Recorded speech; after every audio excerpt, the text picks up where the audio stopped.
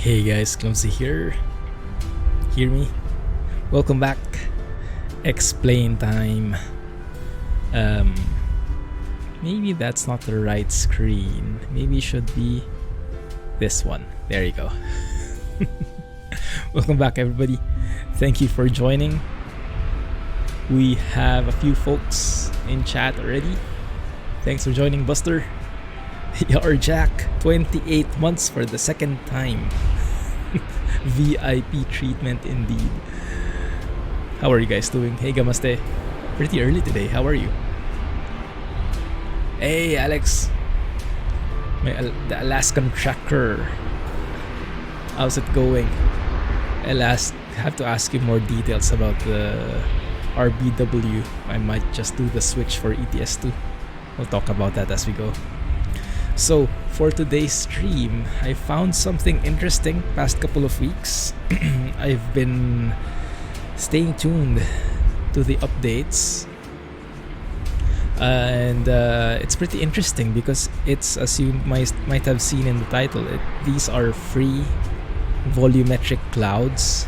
Very similar to what Flight Sim 2020 is doing, to what X-Enviro is doing, but it's free. Development is very fast-paced, it's open-sourced, and it's a very collaborative environment. So I thought I would give visibility on it so more people can check it out and support, because there's like a Patron and everything to continue development on it. I like it so far. It's still a bit raw in some edges, in many edges. Doesn't look the best yet, but it does work with the latest beta of Vulkan. It is free, and the performance is not bad even with my PC. So we'll check it out. Hey Patrick, how are you doing? Were you also in Jack's stream a while ago? What did you guys do in space today? And look at that. The clouds actually move on their own. This is, I guess, maybe my first or second best feature that I like. Although, yeah, the transition is not the best yet. And as I say that, the clouds disappear. Because I think we've moved to weather with no clouds in there. But at least I got to show it a bit. So we'll see how that looks later. If needed, we'll force it. But yeah, in concept, it changes. When the weather changes, normally in Explain, you see that sudden clouds disappearing and then appearing completely different. Different level, different density, different altitude, and everything. Here, that transition is smoothened out, so you get that bit more natural look, even if it's still not fully realistic, but it's much better than what we have originally. So I was really surprised with that, and I'm looking forward to it. It is very much still in experimental phase. So yeah, still a lot of rough edges in there. What a hurricane would look like. Yeah, I don't think that's even modeled in right now. And yes, we have completely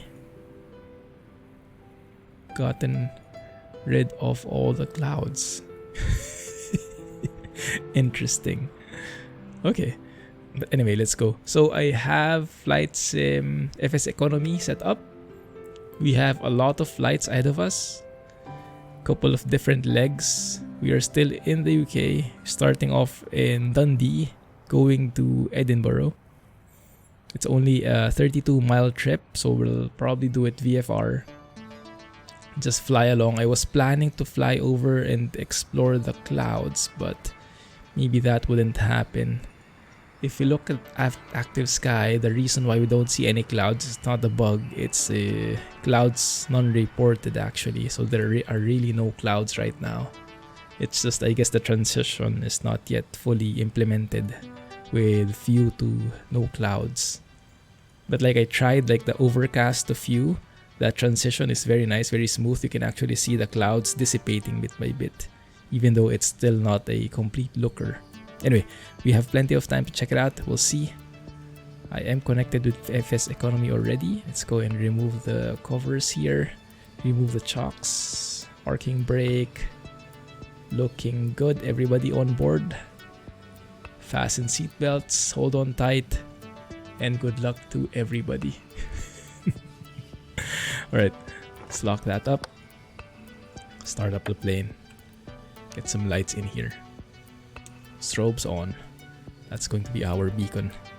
So from Echo Golf Papa November to Echo Golf Papa Hotel Dundee to Edinburgh is the first leg of this flight.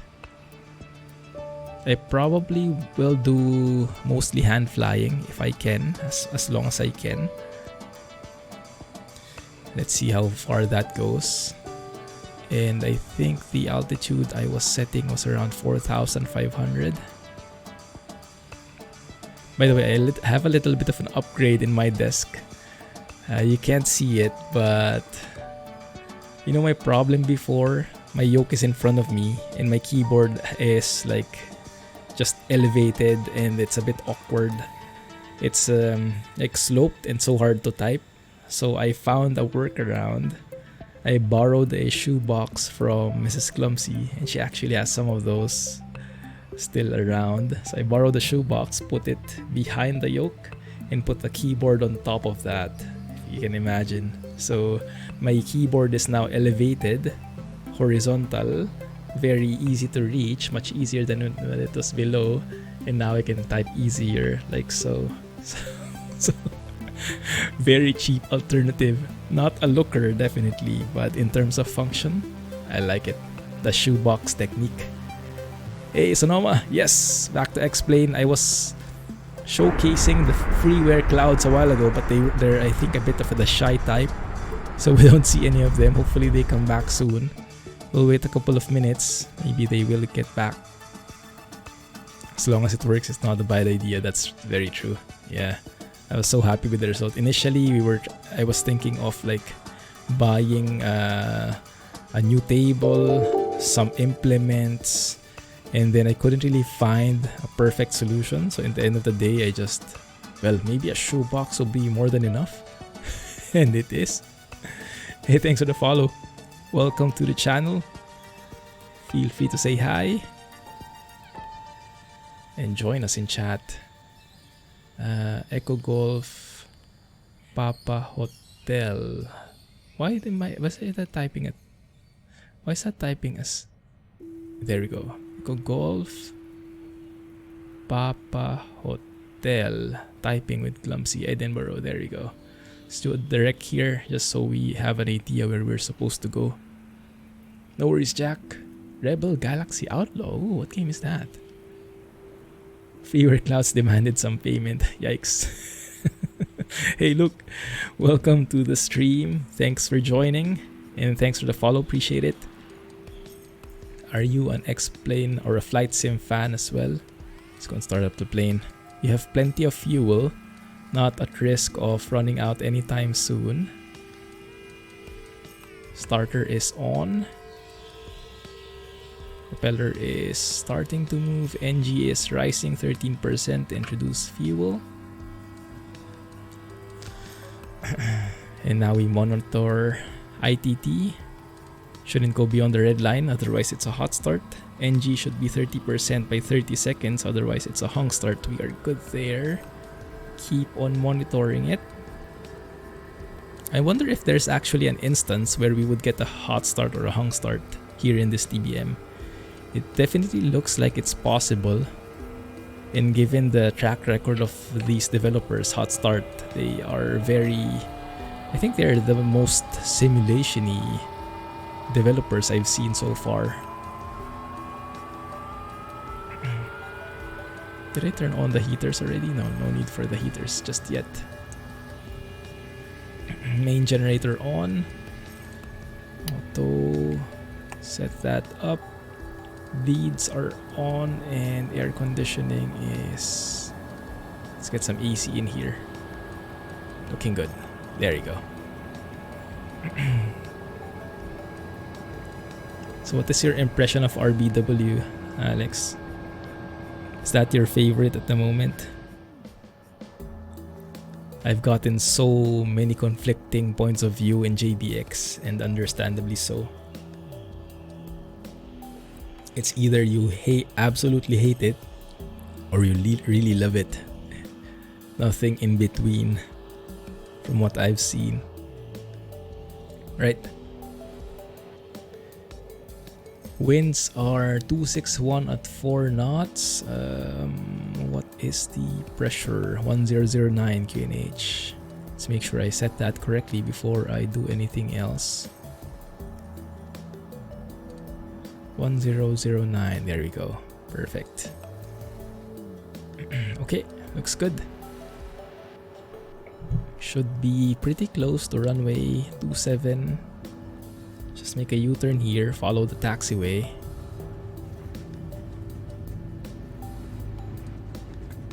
And that's runway 27 already. Quick as that. Taxi lights on. As we are nearing the runway here, let's go and start the heaters. How do they say it when they announce? I'm actually not sure if this is a towered airport. It does seem like it, yeah. Okay, but anyway, we're not working with air traffic control at the moment. Let's just focus on enjoying the trip. Setting rudder trim, somewhere in between the white and green markers right there. Takeoff trim is set.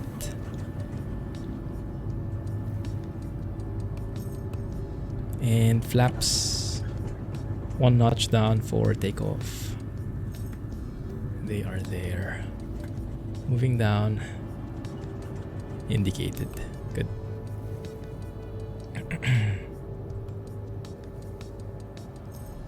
You like RBW? Could be a bit less washed out. It's not too bad. What JBX textures would look like with RBW? Yeah, I'm not so sure yet about the textures of JBX. I don't notice it so much yet, except for some specific instances. But yeah, we'll see. I'm still thinking what graphics mode I'll be using for ETS2.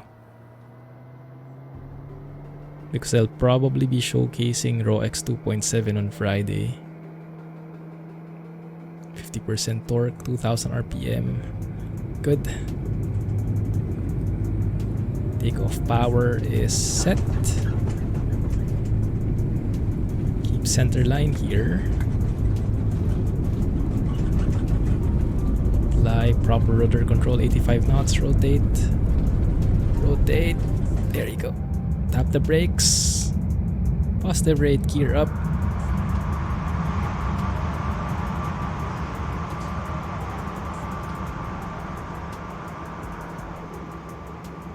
Looking good. Gears are up. Flaps up. Yaw damper is on. Now, can you be so kind as to get back the clouds for us so we can do some actual cloud testing, please? Older parts of the base map in ATS with the new textures. Not yet, not yet. Yeah, I'm not sure if he changed any of that. Actually, I'm not sure if I would notice, to be honest. Although maybe my favorite road in Nevada, I think that's I-80. I would probably notice something there.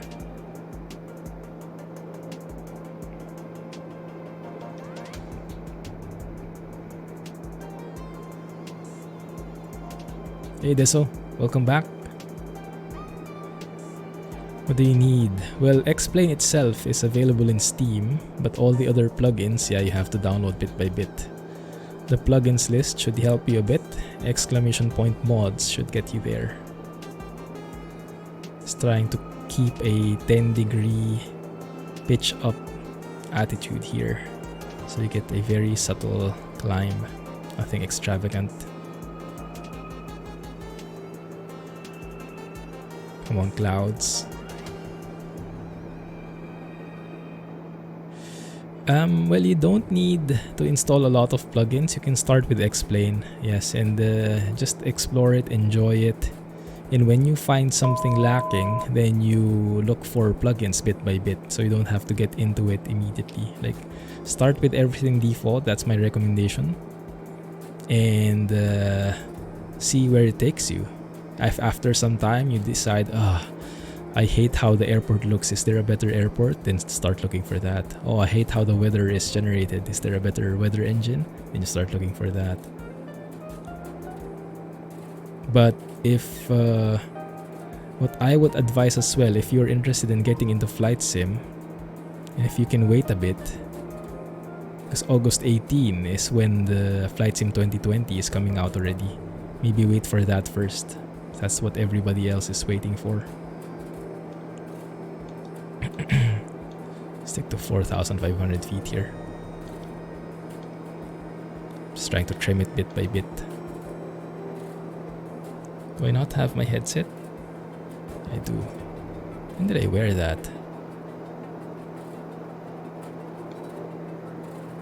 Don't even have my landing lights on. Turn off inertial separator. Should be good there.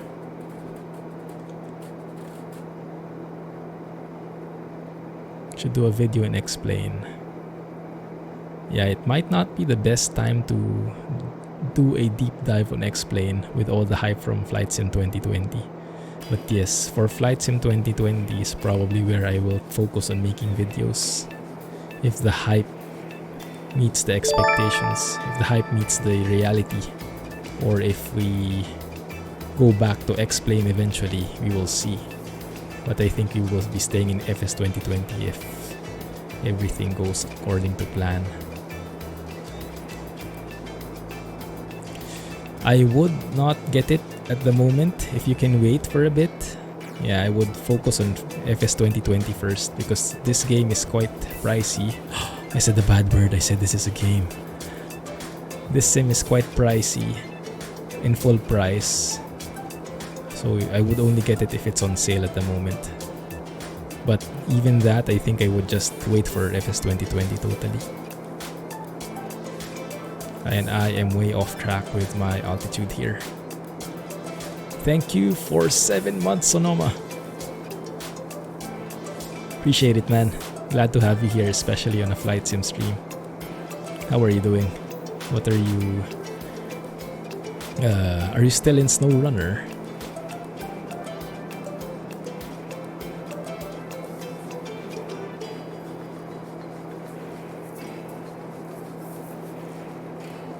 Too expensive.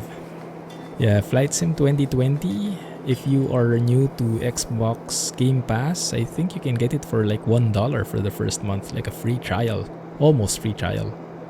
So it should be accessible to most of the people. But then will it be enough to get you hooked? We will see.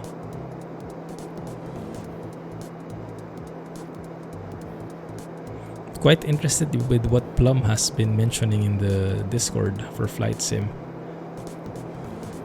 I haven't read it yet, but I read something about bush flying in some, I don't know if those are like tutorials or campaigns. But we will try it out eventually. Take me over in the snow. It has been a while since I played SnowRunner. Goodness, I should get back into that soon. It is pretty pricey, Deso, but if you get Xbox Game Pass, it can be a bit more affordable on a per month basis. I think how much is the cheapest variant of Flight Sim 2020, guys? $60? But the most expensive variant is like $100 plus, $110 or $120. So it is definitely pricey. But I don't think anyone will complain. Yeah, none of the fans will complain. They just want it to come out already. Like the levels of shut up and take my money levels. Almost literal. Another map expansion already. Wow, that's fast. Standard version is $50. I see, there you go. Oh, looks like there's a bridge up ahead. We definitely have to get a bridge shot. How close can we get without being a trouble to ourselves? We'll see. Yeah, I'm hoping so too, Sonoma. TBM 930. That should have auto throttle already, right? The 930. What I'm watching from Steve-O's channel is the TBM 940 that definitely has auto throttle. But I think the 930 should be very similar. It does seem like I don't expect too much in terms of the aircraft details. Like, I don't expect it to be this level, like hot start level of simulation. I would expect most of the stuff to be there, like the setting a flight plan, setting nav, VNav, you know, these things. But some of the finer aspects that is included by payware developers, I'm not expecting to see that from day one. I would expect that more to be, yeah, more of payware quality, something that third-party developers will add on later.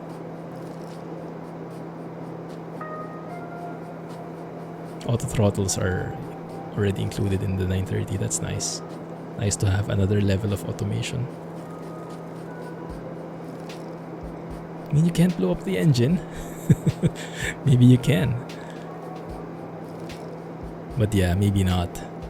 Not sure if like here, if you shut off the plane, shut off the engine, and it's still a bit hot, and then you start it up again, you will risk yourself of getting a hot start, right?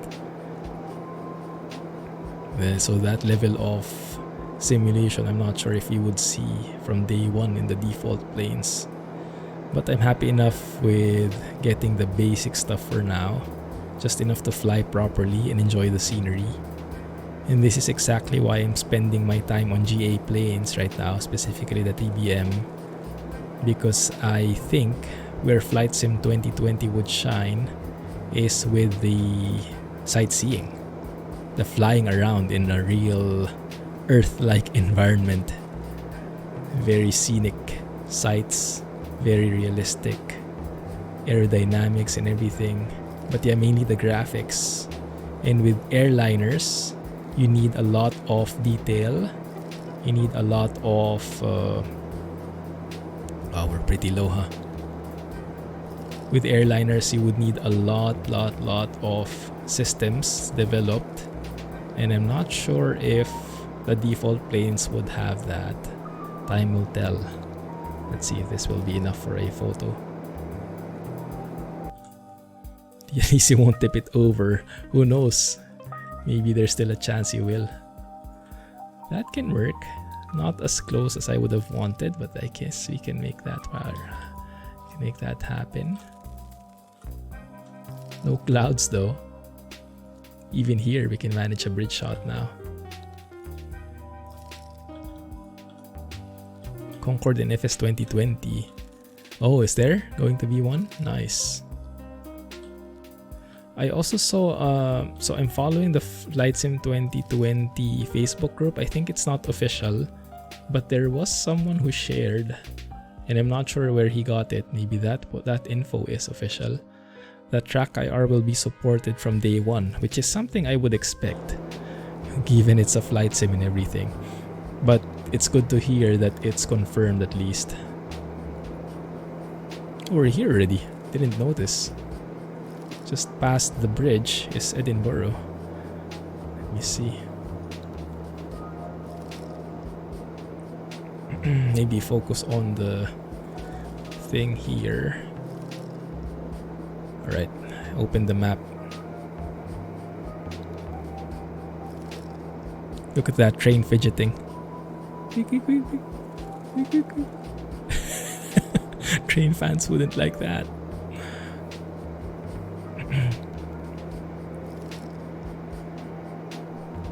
Clouds are still on strike, yeah. I think what we can do... well, yeah, we can probably land for now. And then we'll see. Next leg, we'll maybe have to artificially change the weather so that we force ourselves to have some clouds in there. What is the wind like here? Let's see. Let's get one notch of flaps to slow us down. Plan the approach better. Let's fly over the airport for a bit. There's the one. There it is. Beautiful. Lots of planes on the ground. How's the weather like? Looks like what, I think 06 is the best for this one.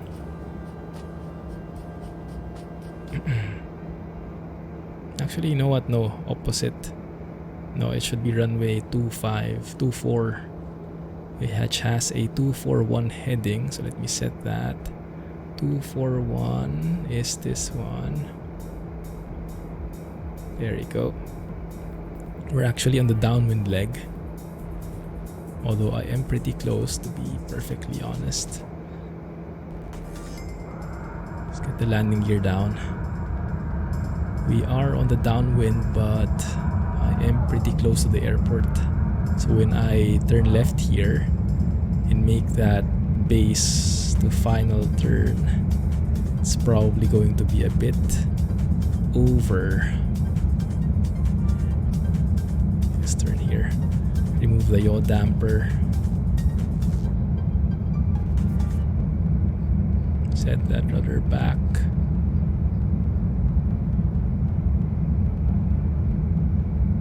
Come on, we have to bank harder. Steeper bank here.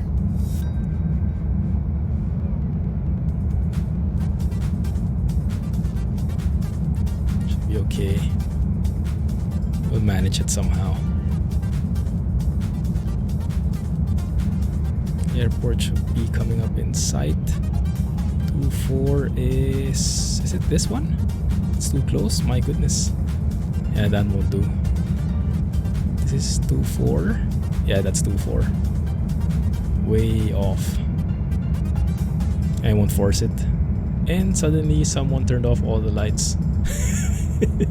1 sec. Yeah, we have clouds now. We have clouds now.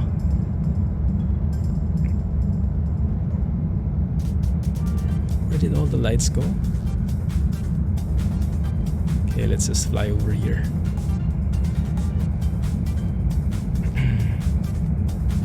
Let's go on the upwind maybe.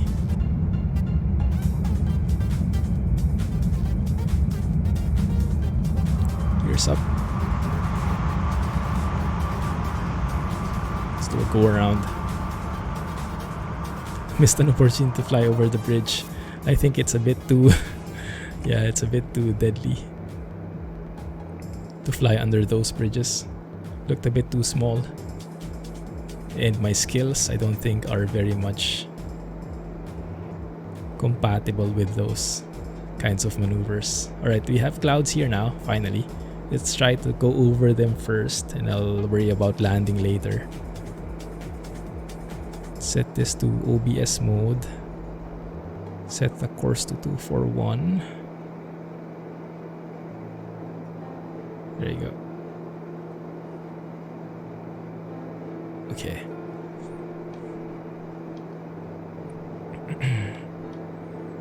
We can climb sharper than that.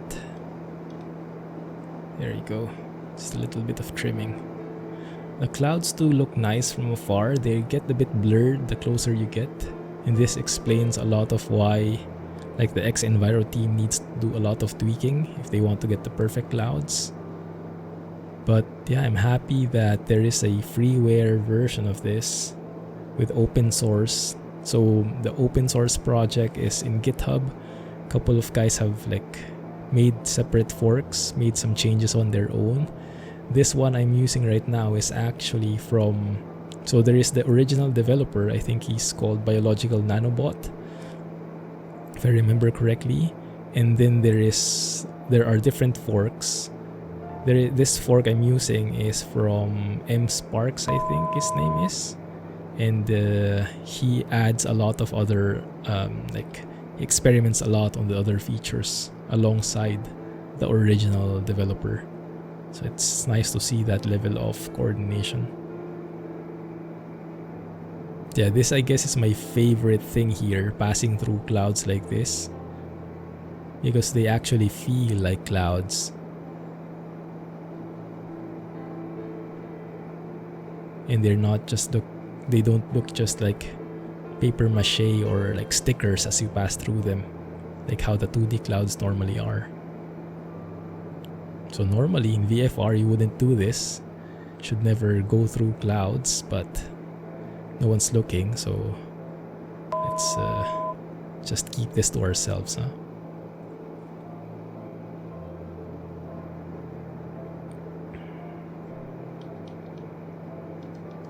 Let's keep that 10-degree pitch up. Now the sun is on strike. In VFR, this isn't a good idea. So true. We would be hearing from ATC by now. But that's the beauty of flight sim. You can do whatever you want without impact to anyone else. Yeah, that's how it looks. So subtle. And now we're really in the soup. So in IMC like this, have to rely on our instruments fully. Stop looking outside.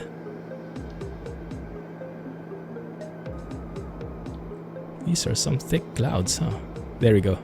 Starting to thin out. Isn't that beautiful? And now we're above like this. And cloud cover. That's something I noticed though. The clouds seem thicker when you're above them like this. But maybe it's just my view. Won't be allowed to do this in FS 2020 because of VATSIM. Well, I guess you can turn that off. You would have to connect to that server first, like how it is right now. And I think there is a built-in ATC in FS 2020, like an offline ATC thing. So it should not be a problem, I think. It's going to climb to around 10,000 maybe, just to see how this looks like. Yeah, this is actually pretty promising. The clouds are moving on their own to a point. Far from perfect, but very nice. And it's nice to see some progress. Definitely nothing if you compare it to X-Enviro in terms of appearance. But in X-Enviro team... Yeah, there you go. See the clouds dissipating there, thinning out. Although it's still a bit abrupt, isn't it? And you see the cloud layer rising. But yeah, it's still a work in progress, very much so. Very experimental. And now we don't have any clouds again. Suddenly burst through the clouds and suddenly peaceful. Yeah, that's a great feeling. I was just watching one of Steve-O's older videos where he was flying in Miami during summer. Lots of thunderstorms. He had to reroute a couple of times. And yeah, that view from the super bad weather, passing through clouds and then suddenly getting all of that perfect weather once you're above everything. How are you doing, Rohan?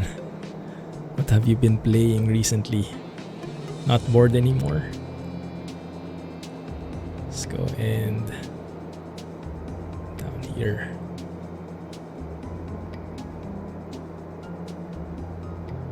Is it possible for me to go flaps 1 at this case? Nah, let's not do that.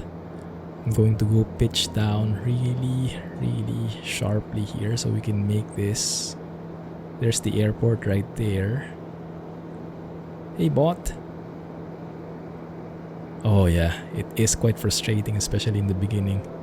And I am far from knowledgeable on what I have to do when it comes to flying, but yeah, I'm getting there bit by bit. Short final. Nah, not doing that. We're going for a better approach this time, if we can manage. The trim in this aircraft is super powerful. Like if you just use the yoke, you're so limited in terms of the range that you can pitch. You really have to use the trim to reach that like next level pitch attitude. That's what I notice.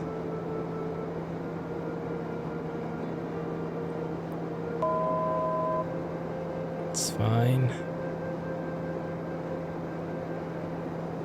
Went outside for a run after a long time. Had a lingering cough. Oh my goodness. Yeah, that's pretty scary, especially in these times, huh?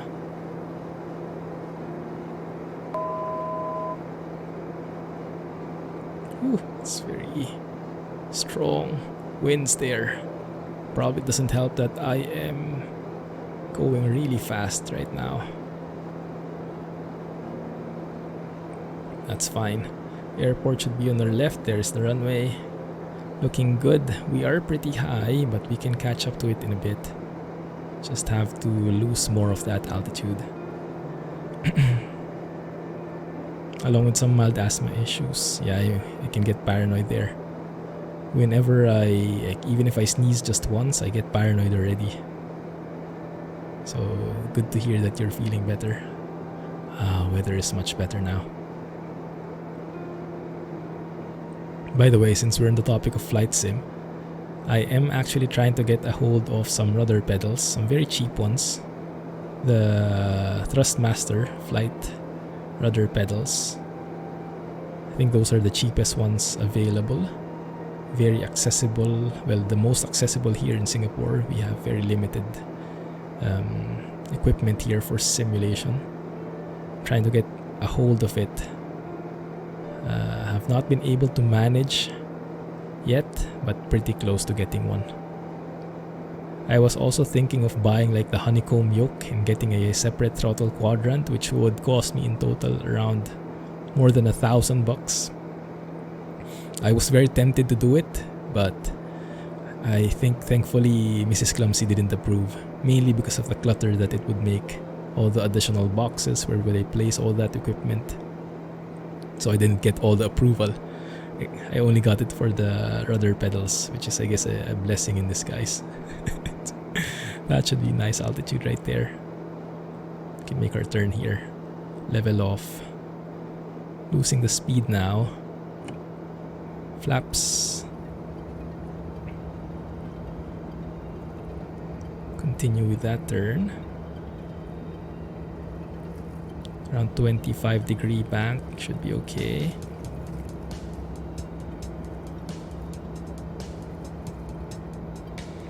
Takeoff flaps are indicating. Once we make our turn here, I will go and set the landing gear down. There's the runway.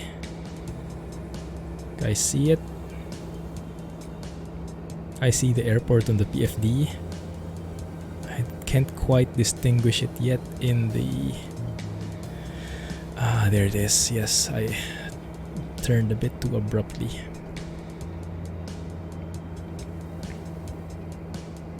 Losing a bit of airspeed here, and I'm a bit low.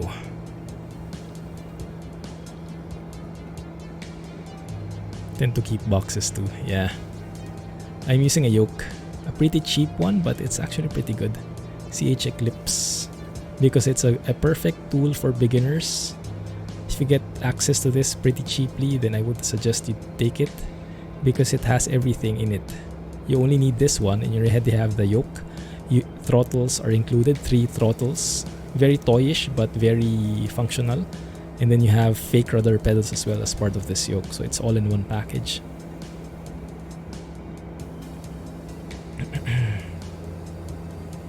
So we're landing gears here. Should be good.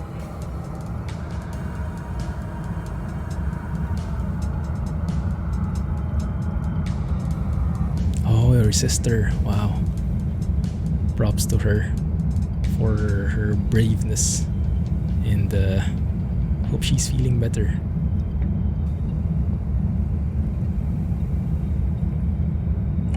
Landing flaps.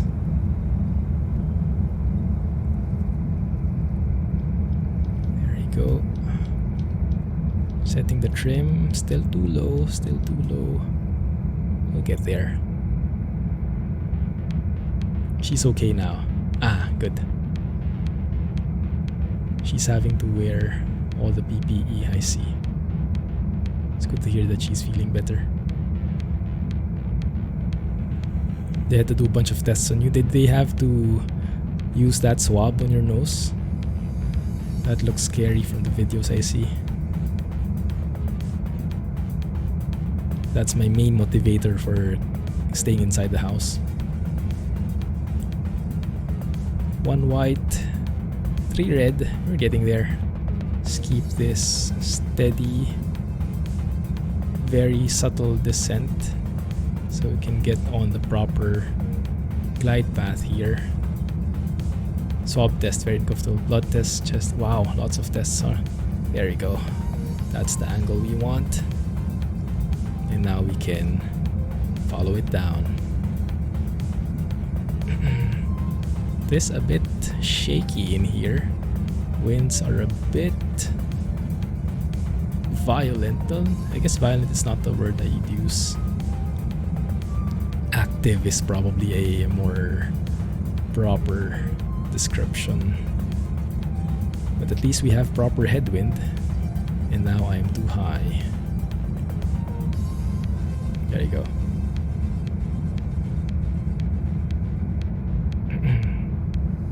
They said you were normal? Something must be wrong with those tests.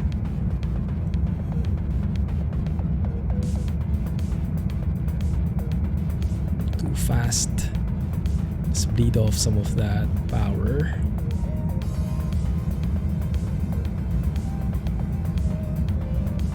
Pitch up so we slow down. There you go.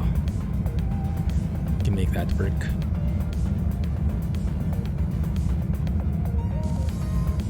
Start the flare bit by bit.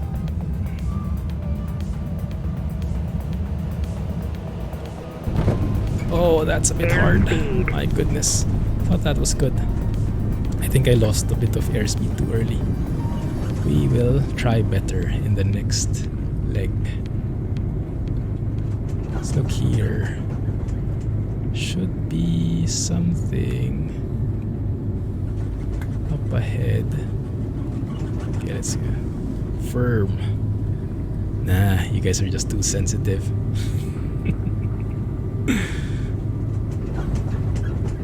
AB normal. AB normal. Yeah. Sounds familiar.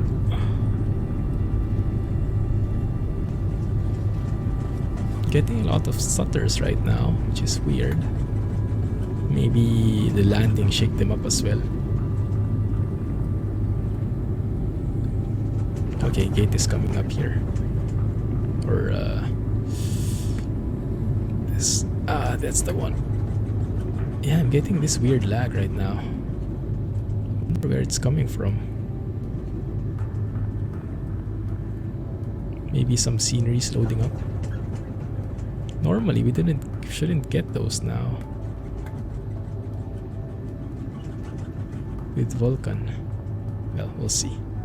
Right, let's clean up the plane for now. Flaps up. No one else here. Turn off the heat. Let's hope the clouds come back soon.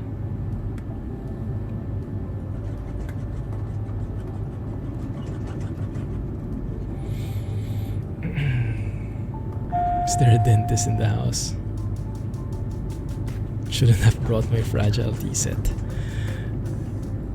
Don't do that with Clumsy Airlines. It's a bad combo. No, I haven't done any pre-ordering yet.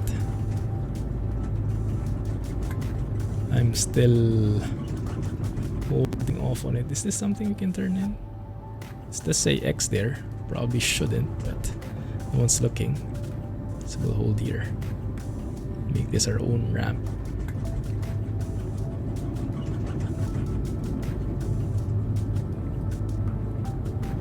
Oh, that's laggy. You guys okay? Still hearing me? It's very weird.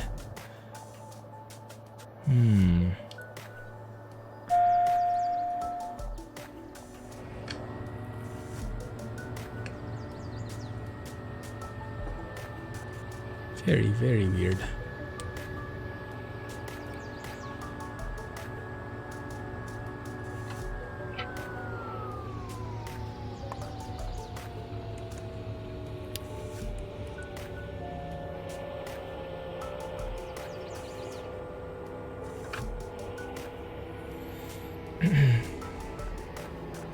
It's like ATS with SSAO on.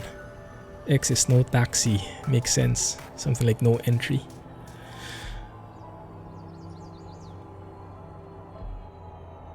There we go.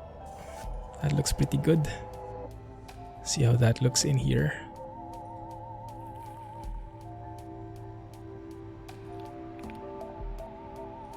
So we got 3,000 there. That's nice.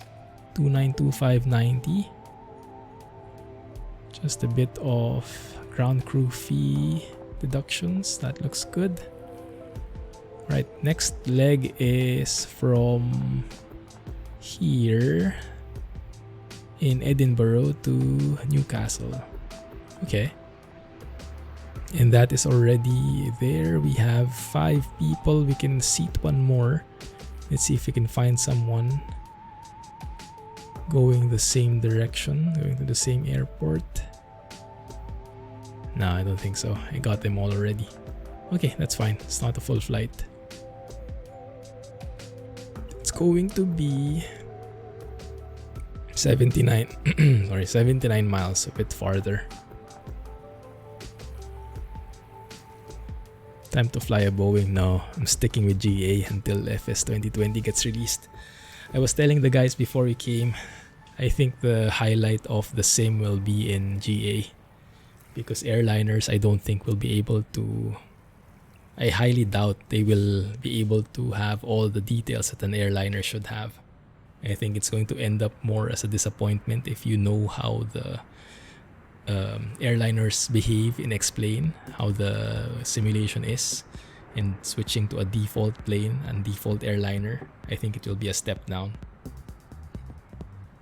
That's my initial that's my fearless forecast though, so no real basis on that, but that's my impression.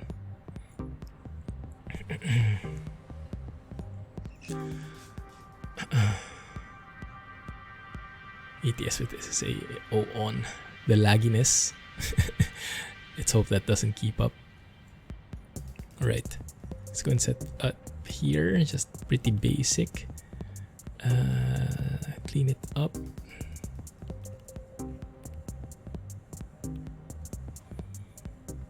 Where are we going again? Papa Hotel to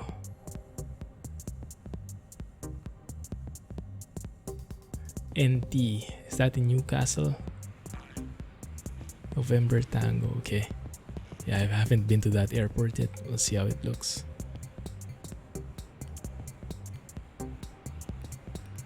There you go.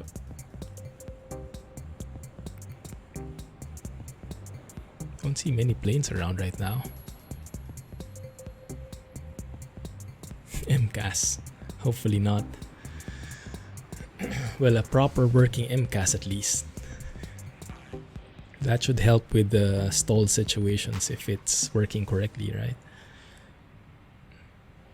Still no clouds? We'll get that back later. Let's just fly naturally.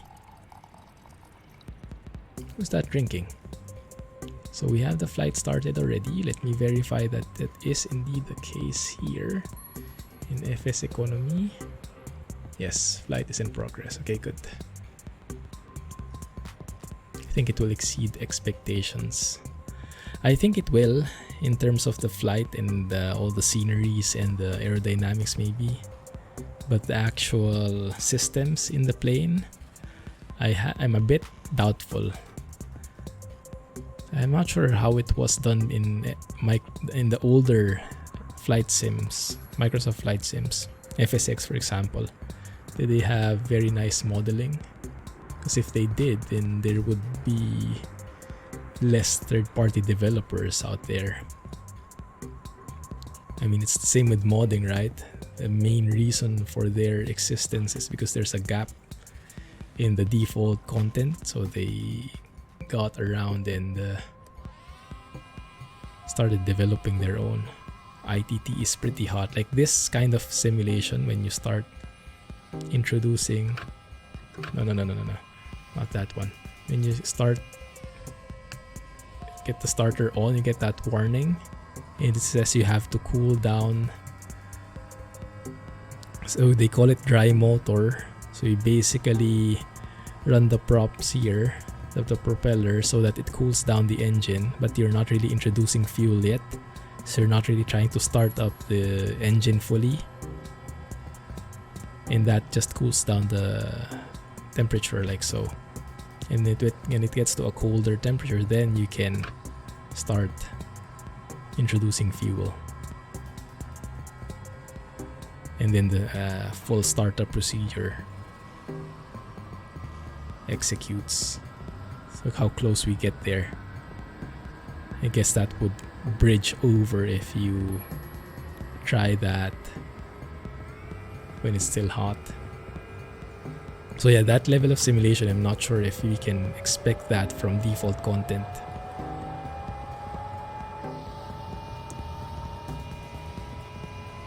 Main generator is on.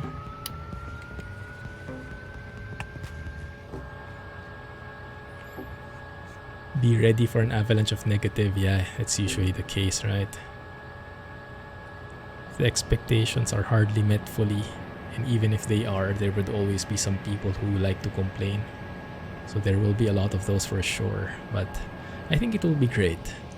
I have good hopes for it. Let's go, and don't look at the X.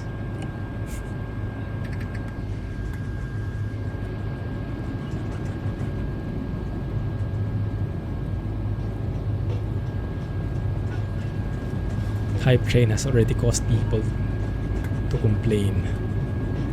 Yeah, you can expect lots of complaints, but at the end of the day, I think it will be a great product. Yeah, I think so too, Bot. I have high expectations for it. I'm trying to set the expectations to a more realistic level. Like, I expect to see great visuals and great flight mechanics. I don't think the air traffic control feature that's built in would be perfect. I think it will be very basic.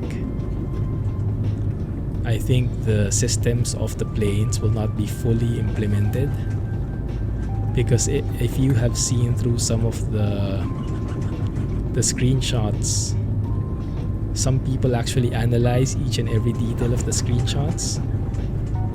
And when, for example, they took a shot of the A320, the Airbus, they took a look at the PFD, the different displays, and someone was saying, oh, this isn't accurate, this detail is missing. And maybe it was only an early access, a very alpha build, or maybe that's how it would be. Oh, I'm taxiing so fast here. Someone's in a hurry.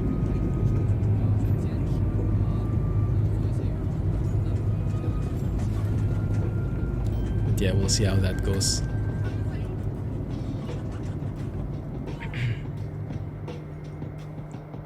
Lights, heater. Why am I reversing? Good. Jeff Avignano mentioned that there are some things that need refining.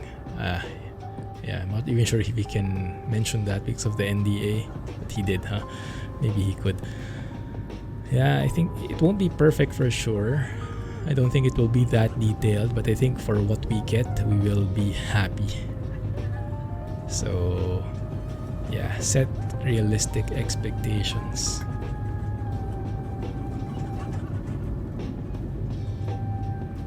Winds are 251 at 5 knots. This runway looks perfect. Runway 24.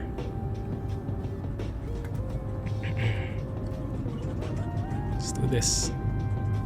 50% torque. Monitor prop RPM goes to 2000. It does. Push forward on the throttle. Around 80 to 90% torque should be enough for us. It's a very lengthy runway. 85 knots. Rotate. Apply left rudder. We do have a bit of crosswind here. Positive right gear up. Push forward on the stick, on the yoke. Get some of that airspeed back at 115 knots. Should be safe to put the flaps up. And turn on your damper so I don't have to keep my foot on the rudders. In this case, my thumb. Oh, that's a bit bumpy.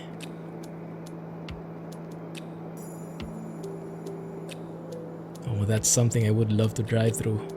That interchange. Beautiful.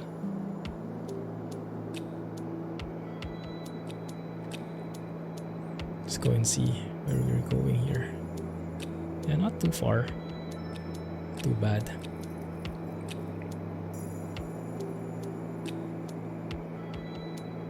I think 4,500 should be a good enough altitude for sightseeing. Just going VFR here and enjoying the trip.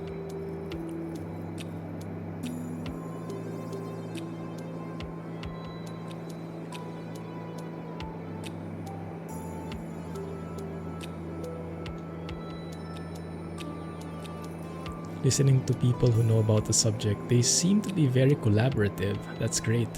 Well, not Microsoft, I think Asobo, right? So Microsoft is the publisher, Asobo Studio is the developer. So most of the real work or the actual development is done by Asobo.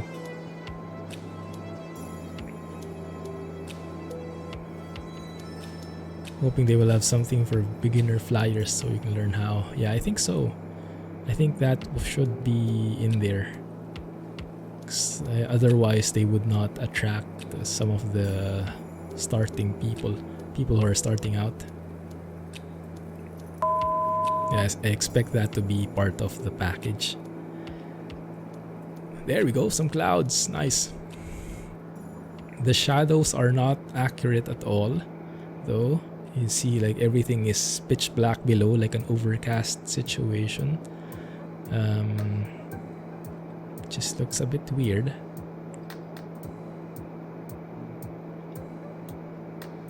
Fine. Let me just... Maybe let's go through that cloud again.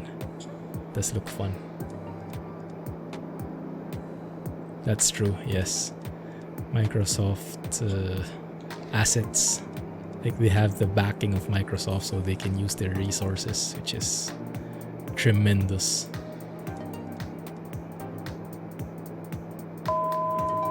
And this doesn't look half bad.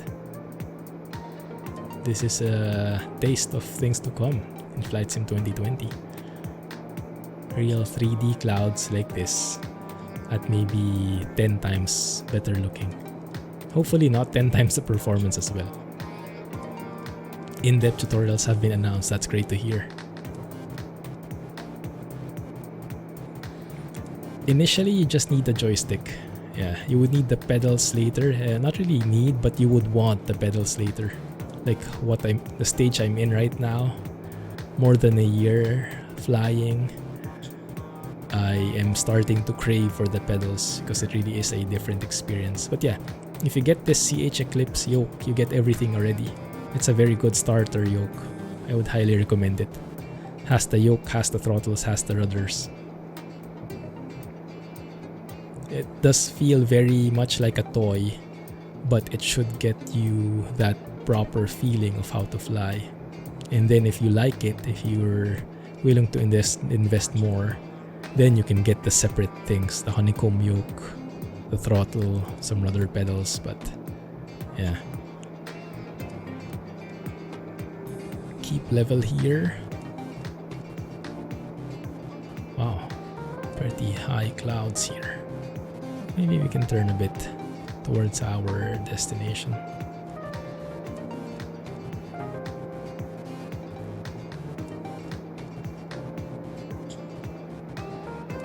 Scenery streaming would be wonky the first 2 weeks. Yes, we're getting a bit of mixed feedback there, or mixed expectations, because some people are saying like, oh, day one for sure the servers would go down, but then some people are saying, oh, it's Microsoft, you know, they have tons of servers, so they should be able to handle that, like how they handle GTA. And I don't have any experience with GTA, but are they using the same servers? And is GTA using like Microsoft servers or something? At least that's the discussion I was hearing. Few clouds and suddenly the crowd got all dark. Yeah. Very much experimental, but even the thing that yes, this is actually, you can do this in Explain is immense. Like if you read through that thread in the explain.org forums, read through some of the details that is being mentioned by the developer, it's absolutely mind-blowing. Well, I don't understand any of it, but it sounds so technical. But he's basically saying that the clouds, how the method for generating these clouds is the same method used by one of the famous AAA games, which I can't remember which one. I think Horizon Zero Dawn. Is that right? Yeah, I think so. One of those, either that or Death Stranding. I can't remember which one it is. So there's a fancy term for it, how the clouds are generated. It's beyond my level of comprehension, but these are the beginnings of something that could be wonderful.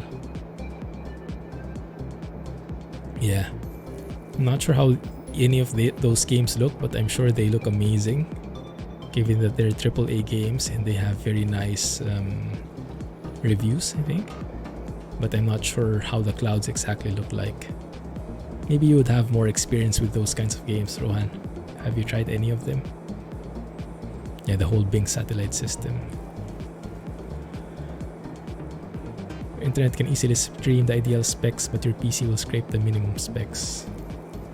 Yeah, because it has two factors. You'll need to stream the content from them as they give you the satellite imagery and all the other stuff, but your PC has to do some crunching as well to display things to you and to compute the aerodynamics and all that stuff. Ooh, suddenly got very turbulent here.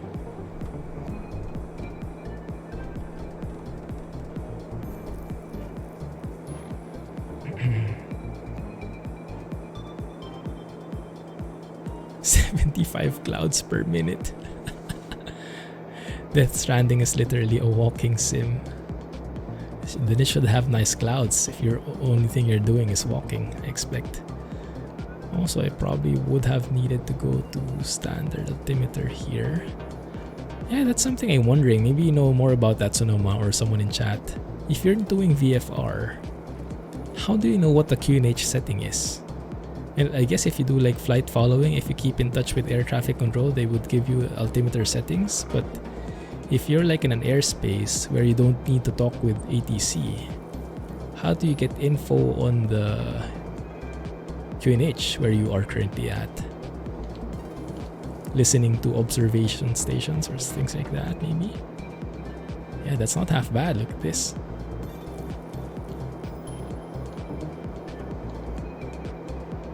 You want Death Stranded now.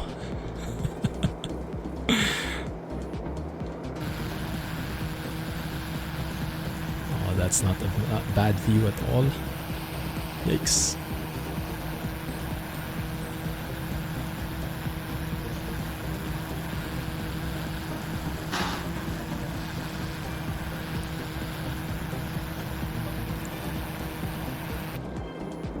So hard to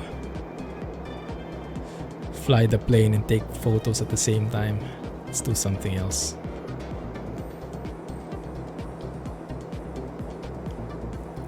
Let me pause here. Let's take a photo properly. And yeah, the performance is not bad. I mean, it's not silky smooth, but given its early stage, my goodness, this is actually very nice. As I say that, the FPS tanks. Of course.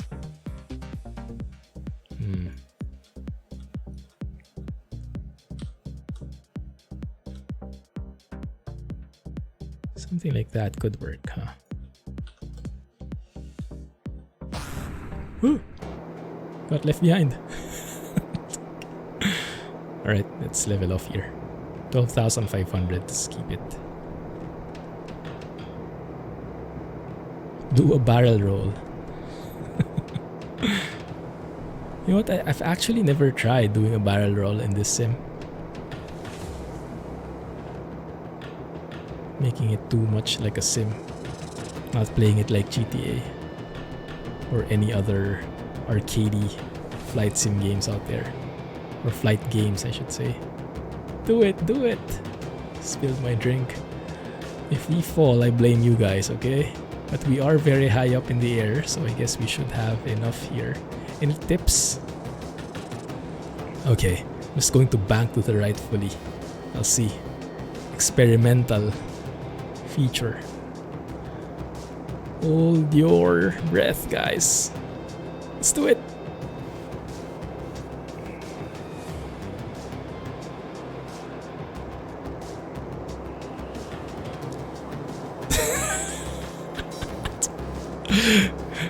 Okay, I think. Oh no. Oh no. Oh no. Okay.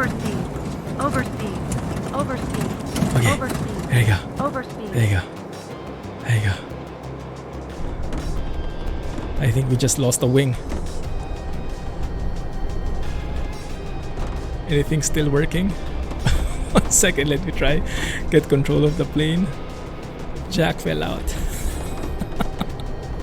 I blame you guys. I think we broke the plane here. Something definitely feels wrong. I wonder if there's like a visual reference. Yeah, look at how shaky it is. Let's get the yaw damper on here. And I'm not sure if that's turbulence or if something really is not working. I may have. Now you really did spill your drink. You asked for it, you get it. Oh my goodness. Let's see if the autopilot can do a better job. Let's see. Okay, 1 sec. So let's take heading, hold altitude, turn on autopilot. Let's see if we can do a proper job of trimming. Get the current heading, that should be fine. Barrel roll. Barrel roll is a 0G maneuver. 747s have been barrel rolled. Oh really? Oh, that's nice. Yeah, there must be a trick to it then, more than just banking to the right. Most likely, huh? Yeah, look how shaky that is.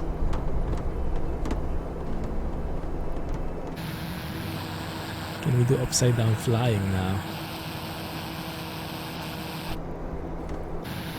Yeah, I'm trying to look if we can see anything visually wrong. I don't notice it yet.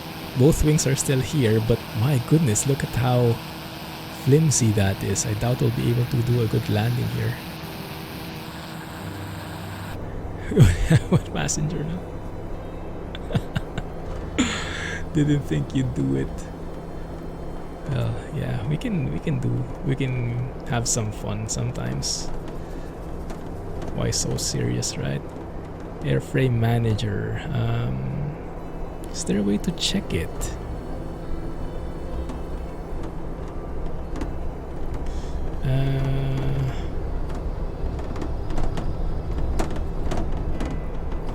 No, I don't think so. Yeah, I think this is a bad sign. Even the autopilot is having a hard time. Okay, let's see. Let's go here. Is there an approach we could do? We do have existing approaches. Let's have a look at this airport. In Newcastle, what's the name? November Tango. So if we go that, show that on the map. Winds are 261 at 12 knots. 261 at 12 knots, that means, well, looks like ILS 25 should be good. Right. Let's just go vectors here. Not even going to plug in the minimums. Let's go ahead and activate that.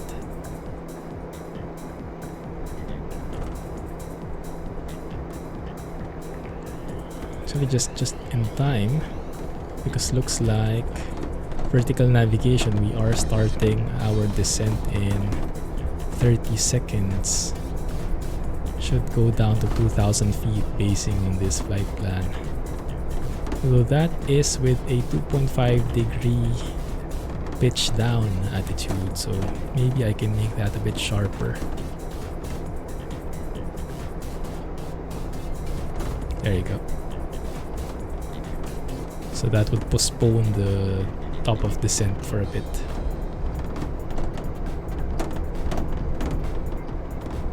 Let's arm the VNav. Go nav here. Now this one, I'll catch up with chat in a bit, guys. Sorry. 1 sec, huh? 246. Okay.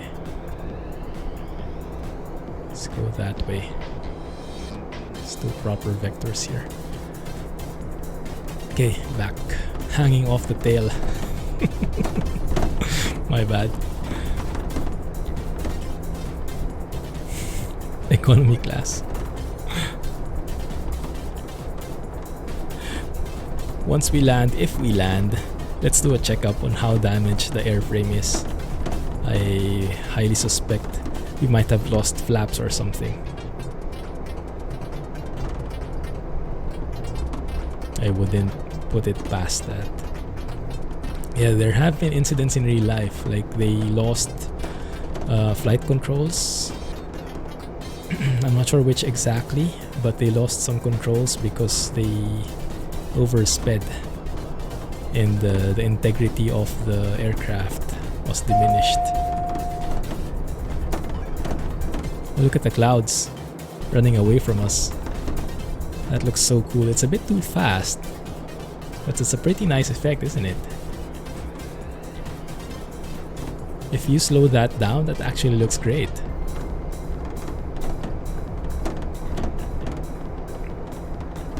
Landing lights are still on, didn't bother. Massive problems. We'll see, but no problem. Yeah, we'll live with it. QNH 1014. That's good. Did someone answer about the QNH? How you know that in VFR? Oh, look at how nice that is. Just slow down that effect. And there you go, you see the cloud layer rising. Actually multiplying. It's pretty good starting effort, huh? Definitely still work in progress, but nice to see all the different layers working together like so. Farming sim clouds at yes, exactly. It's a bit too fast. I think even they got excited with the barrel roll. Let's load up the chart here so we get a bit more visual, better situational awareness.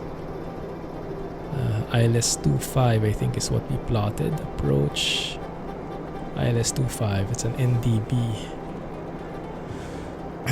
The airports here in the UK, I noticed, are very fond of NDBs. I guess that's like old school days. And normally if you go through this approach, you would have to follow Newcastle. You would have to fly over the Newcastle NDB 352 November Tango, and then category A I think we are, or either A or B, probably A. So we'll be tracking 79 degrees, waiting until we're 8.4 DME away, 8.4 miles away from the NDB here, from the marker, and then we turn left onto 246 track here. So we are lined up with the runway. But we're not really doing that right now. We are just basically cutting corners coming from the north and joining here on this part already on the 246 leg. That should be okay. We'll make that work. Preparing build to send. Oh man, yeah, you will see. Yeah, this plane has that implemented as well. It shows the cost of ownership. Like there is no economy system, so you don't earn money, you just spend money, which is very sad. But look at how nice that is, actually going through clouds. That looks so good. Oh, that is such a refreshing sight to see and explain. Man, I like that.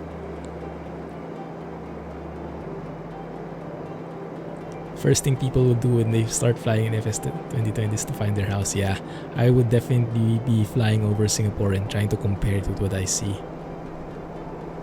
Maybe I can see myself waving. See myself sitting in the computer.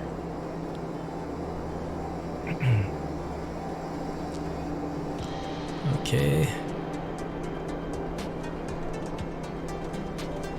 Let's pretend that ATC is giving us vectors to final. Zoom in here a bit.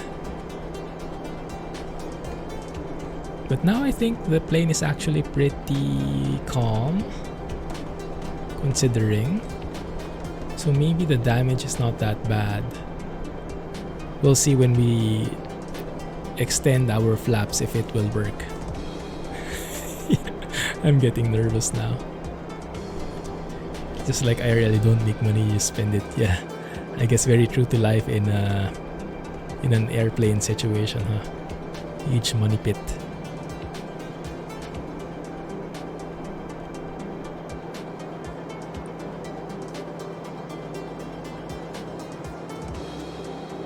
Crash trucks are standing by. Only if you plan on paying taxes. Yikes. It's a tricky thing. Oh, it's getting a bit laggy here. 26 FPS with the thick clouds coming up soon. Yeah, we're getting overcast pretty soon now.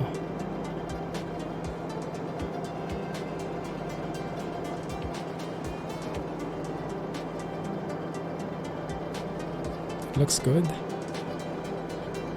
Let's go through there. No cursing in chat, please. Don't say bad words.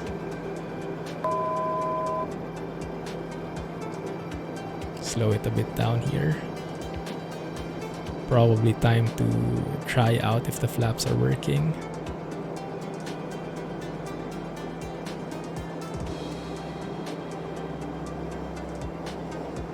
That should be good enough to intercept the GPS.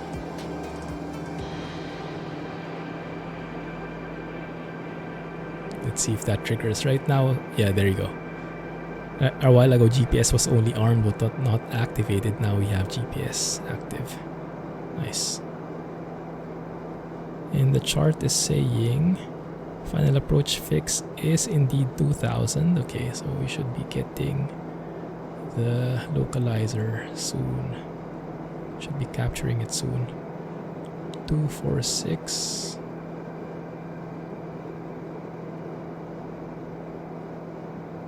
It's that one.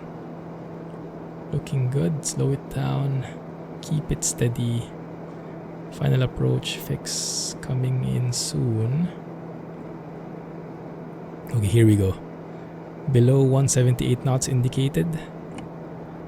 Flaps down. Arm the approach. Localizer is active. We are waiting now for the glide slope. Please no ban. Taxes. Yeah, speaking of taxes, I just filed again my affiliate thing in Twitch. Unfortunately, there is no tax treaty with Singapore, so I think I'm getting the biggest withholding tax possible. Something along those lines. Oh, that's a huge crab. You can see the glide slope in terms of the green things. Yeah, things like this. I'm not sure if in Flight Sim 2020 this level of detail with the G1000 will, or G3000, I guess, would, for the TBM 930 would be implemented. I would be a bit doubtful if that will be all in there.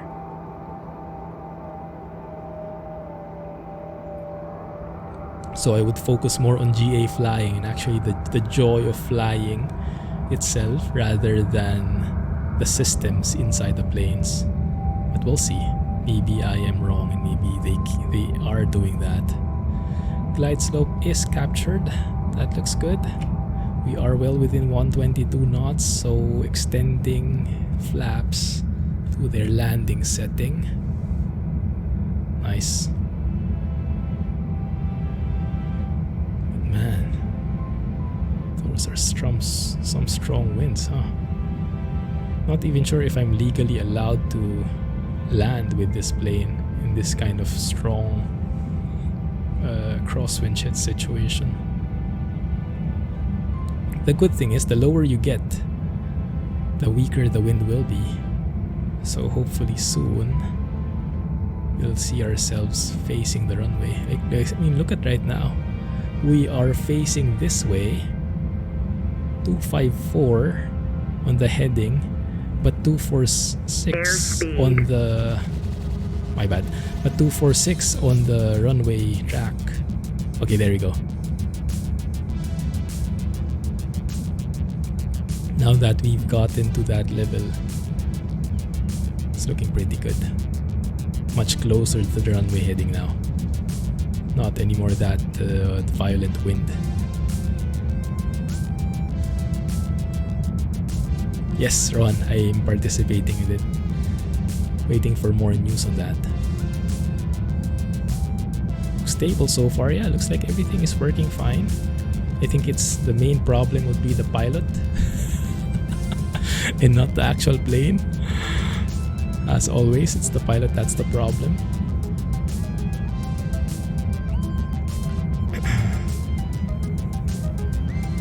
Let me try to hand fly this and see if we can find a proper solution to this thing.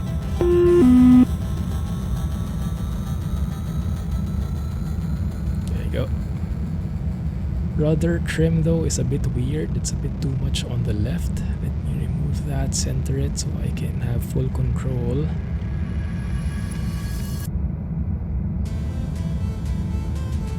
Airspeed falling.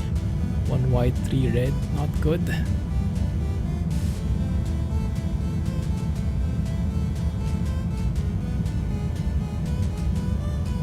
There you go.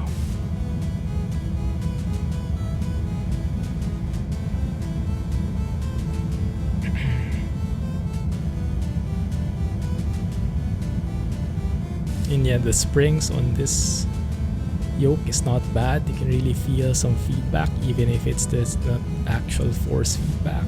It's mainly the springs resisting your pull or push. It's actually nice once you get the hang of it.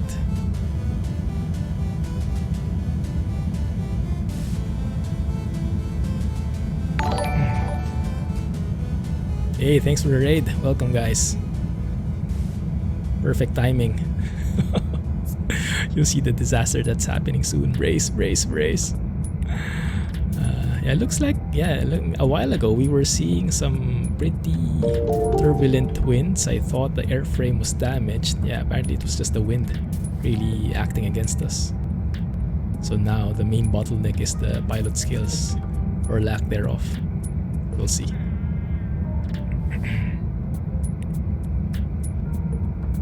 Hey, Dr. Bidin, am I reading that right? Probably not. I suck at that. Let me know how you prefer to be called. Thanks for the raid, man. Appreciate it. There you go. Runway 25. Let's just ease off here. Airspeed. Ah, look at that buttery goodness. Did I make up for the first landing? I think I did. So much smoother. Apparently you need to do a barrel roll first so you do a proper landing afterwards. Hey PDX, glad you made it, man. Sorry, a bit late to the party. How are you? Enjoying more of JPX? I'm getting very tempted to try RBW for ETS2. I might just go there. I might mix RBW weather with Project Next Gen textures. And for those who are new in the channel, sorry guys, I keep mixing the topics. Yeah, but I mainly do trucking content, at least for now. But I do a bit of flight simming on the side. So these topics oftentimes mix together. Yeah, look at those 3D clouds, not bad. Shadows are not accurate, but not bad at all. I like it. Breaking the plane helps us land. Yeah, I think it gave us a bit more stability.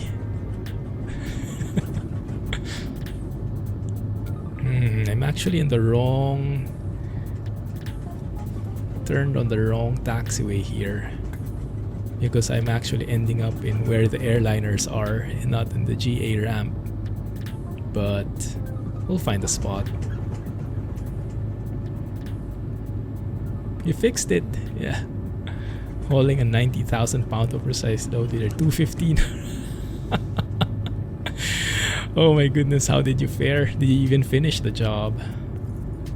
I bet when the first uphill came in, it was game over.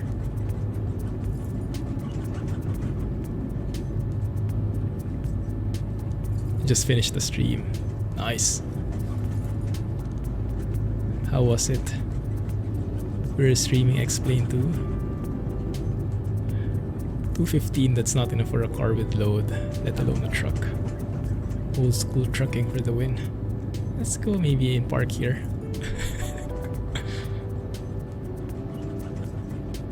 Yes, there is a maintenance log. It's super detailed, I'll show you guys.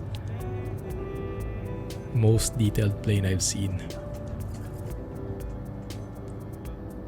Not that I've seen so many planes yet, but given my very limited experience, it's the best I've seen so far. Flight idle here. Turn off the inertial separator. Heat can turn off. Leeds, air conditioning. Lights can go off. Let's go to low idle.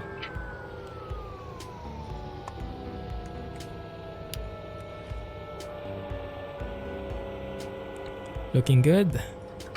Turn the engine off. Hear that beautiful spooling down sounds.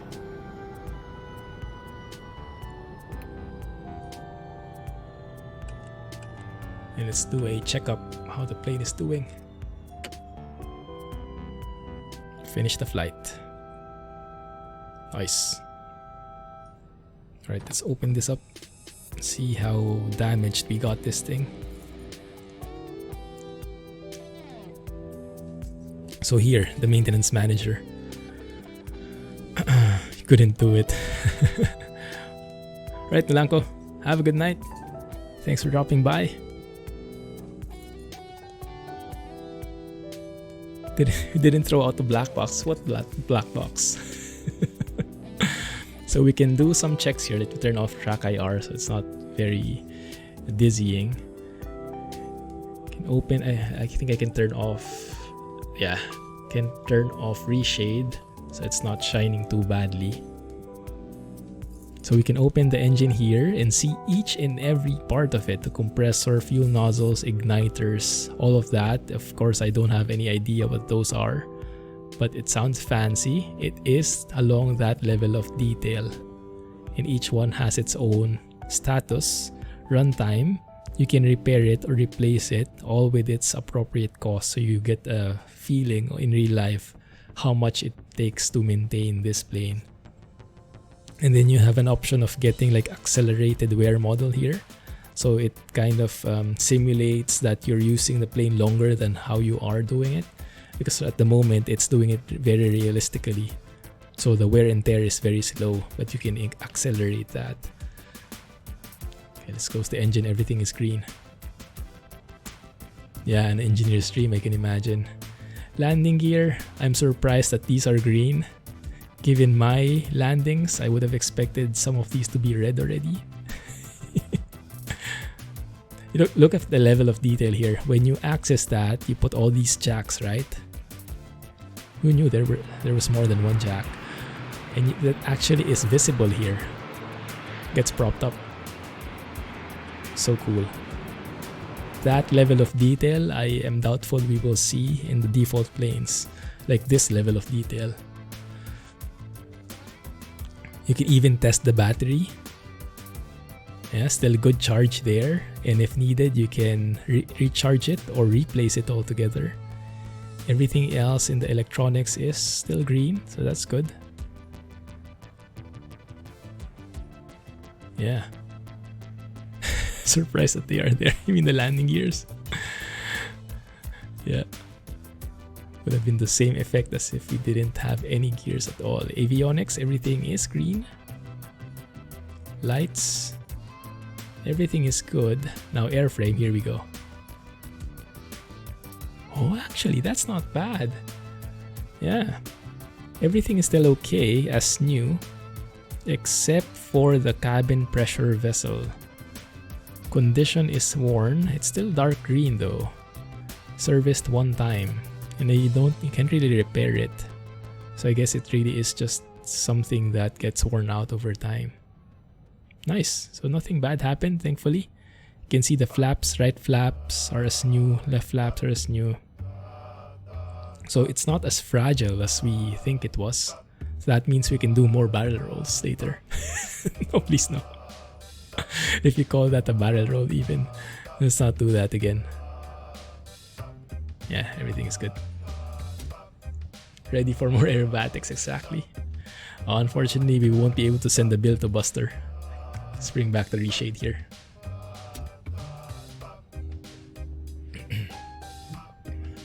That's true, yeah. After the roll, there was turbulence where we were at. And I thought it was because of damaged airframe. Phew, lucky. Right, let's have a look at that log. How did we fare there? 11k now. We got 79. We earned 3,600 there. That's perfect. And if you look at the flight, the next leg is departing from Newcastle to Leeds. That sounds familiar. I think I've been there in Truck Sim. So from Newcastle to Leeds is where we're going. 70 miles, just a short hop. We'll try and enjoy the trip with the clouds and everything. How many passengers do we have? We have a full plane right now. No seats available. We should have plenty of fuel available on board, so let's keep that in. And then let's start the flight again. Yeah, just like FS economy that way. The world just feels so much more immersive, like there is an actual purpose to where you're going.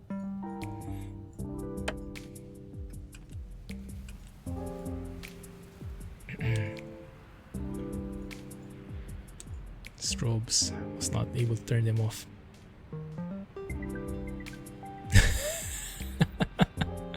The passengers put in a dry cleaning bill. Yeah, I guess that one we can charge. We charge the Buster. Do we have ATIS? We do have ATIS. Let's go and tune that in just so we can simulate that a bit. Turn off speaker. ATIS is 118.380. 118. Let's use COM2 for that. 118 decimal 380.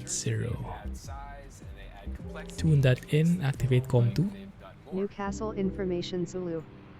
500 Zulu weather. Wind 260 at 12. Visibility more than 10. Sky conditions 4100 overcast. Temperature 10. 2.7. Area QNH 1014. Arriving runway 25. Departing runway 25. 25, okay. Advise on initial contact. You have Zulu. Alright, we have Zulu.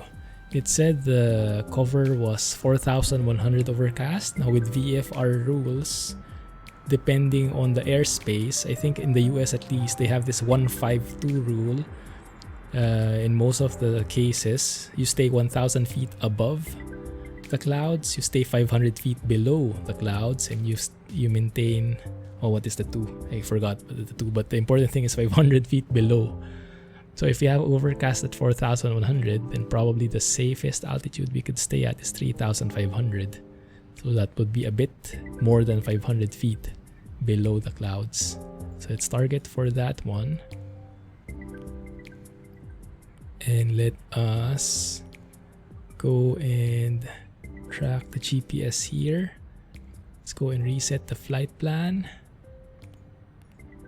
Yeah, these are the things that I really enjoy studying, watching, and then simulating here.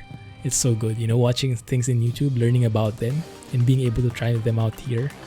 It's just such a fulfilling thing for nerds like me, and probably you guys as well. We are all nerds to a point. Where are we going again?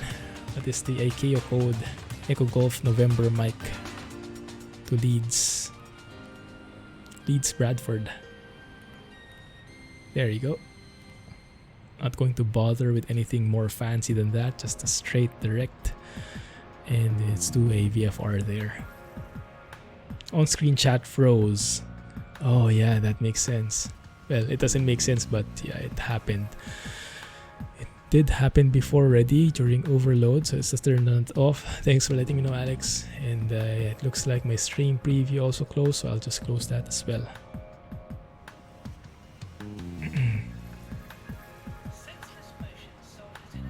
You can ask the captain how deep his submarine can go. He won't know until he goes too far. True. You can tune in 80s at any large airport you're passing, or call a Unicorn channel for altimeter setting. Ah, thanks Onoma. Makes sense. Or nowadays, I guess, with those fancy D80s things that I see in the YouTube world. Cool. Hey, Led. Welcome back. Give them a random loop-de-loop. Yeah, we just did a barrel roll a while ago. Seemed like the guys had fun. At least those who managed to stay inside the plane. For those who fell off, I can't say anything about them, but tough luck. Alright, start up the plane. Do the same stuff. We need to... Yeah, that's interesting. Why here we have very cold engine already. Has it something to do with... maybe because we serviced the engine, we opened it, so maybe that cooled it down. Maybe it's that level of detail, because normally right after you stop the engine it would still be pretty hot. That would make sense though, wouldn't it? It's nice. Just move the chocks here. 3 red, 3 yellow. That looks good there. Start it up. Timer and starter is on. I guess the only thing I would wish for are better sounds in this plane. Although I'm not sure, maybe that does sound very familiar, very similar to how I hear it in Steve-O's videos in real life. So maybe this is really how the plane sounds like. It's just not like a massive boomish sound. The sounds of a Cessna 172 are much better. But I guess that's not because of the simulation, that's because of the actual engine. Whoa! What the heck? What the heck, bro?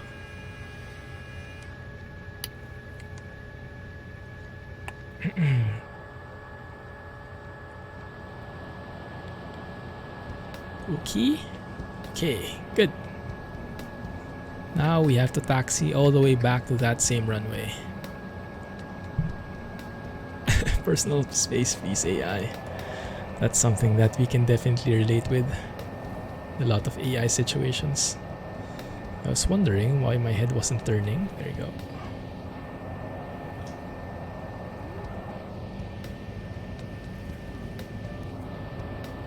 British Airways, Ryanair, side by side here. What planes are those? Looks like a 737.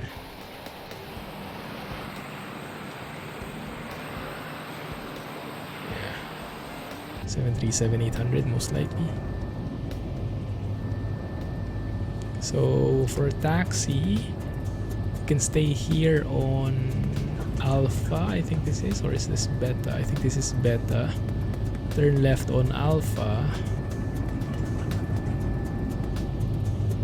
then turn right on Delta.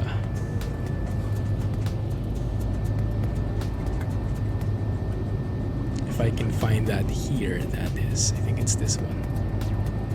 Did you turn on our taxi lights? Probably not. Yeah, no wonder it's super dark. Now we are on Alpha. Where's the final destination? Final destination is where we end up after 3 hours when the stream ends. Yeah, this is what I like about GA. You don't need to plan as much. You just let where the wind takes you. Sometimes literally. I guess you need to have an overall high level plan, but don't have to be as stringent as in the airline. Man, that definitely looks overcast, huh? And the frame rate is not bad actually. 30 FPS here. 3J FPS is helping us a bit. Yeah, because of that movie I have a different impression now of Final Destination and I hate it.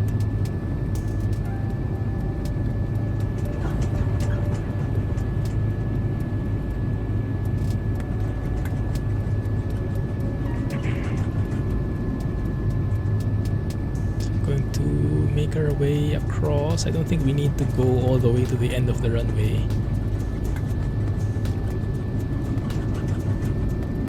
I think we can turn right on Charlie.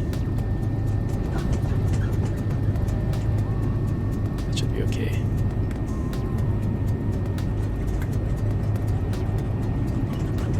You refuse to stay behind, to follow behind log trucks.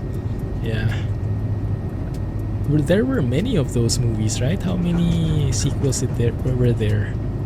I think I watched one partly, but I didn't finish it at all. Set the flaps for takeoff. One way too many. So true.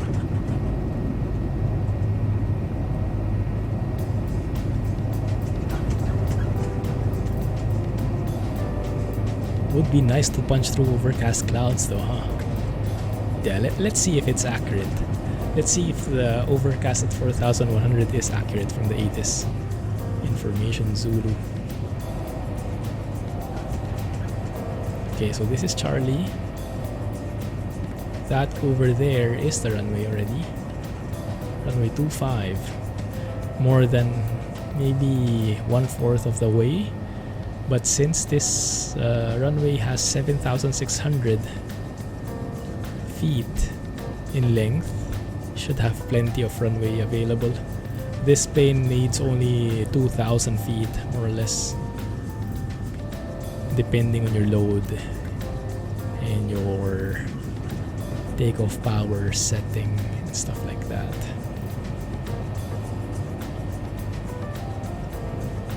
They made 6 of them, my goodness. That means they got a lot of money. Enough from those sequels. Yeah, I refuse to watch those because I would just get paranoid. Right. Get the torque, build up the torque a bit. These brakes. Prop RPM 2000, there we go.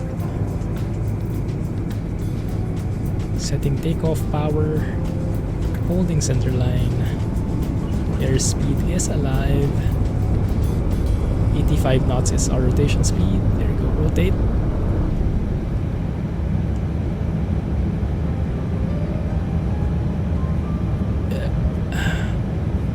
Tap the brakes, gear up, pitch down. Yeah, I think testing clouds, the UK is the best place you can do that because they are very notorious for having such cloudy weather, right? So there is no shortage of clouds here. Flaps up. Oh, damper. Let's get our headset on. Mute that a bit. There you go. Climb to 3,500. Just keep it there. Yeah, it's so bad. Overcast conditions really suck in terms of visibility. Even on the ground, we can hardly see anything. Although in this case, it makes sense now, right? Compared with a while ago when the clouds were few, but the shadows were enveloping, like almost all over the place. Now it makes a lot more sense.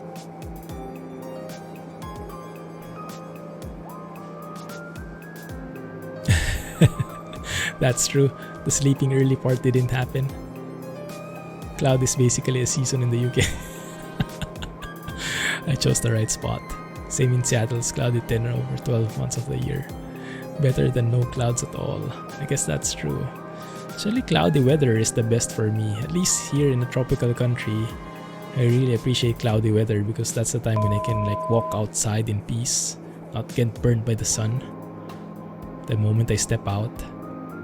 And yeah, the weather is pretty good normally. Outside air temperature is 5 degrees Celsius. Not enough for icing conditions, I guess, but it could be possible. If I remember correctly, in the 737, part of the process is when the outside air temperature, the OAT, reaches like 10 degrees or lower, then that could be qualifying for anti-ice procedures. Actually, the ceiling is pretty accurate, 4,100 overcast. And indeed, that seems to be like what we're seeing right now. It's nice. That usually doesn't happen to me in the normal X-plane clouds. They would be so far off. Like, they would look more realistic sometimes, but the ceilings would never be accurate. It would be way off than what I see in the actual sim than what I see in the weather information. And I don't think that's just because it's outdated. There is really something not in sync there.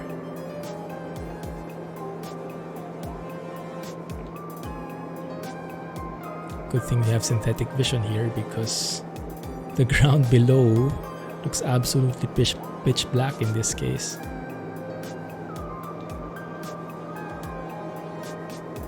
Catch up with chat. Alright, Buster. Thanks for staying here. Enjoyed your company. Catch you next time. And see you in Discord in the meantime. Have a good night, man.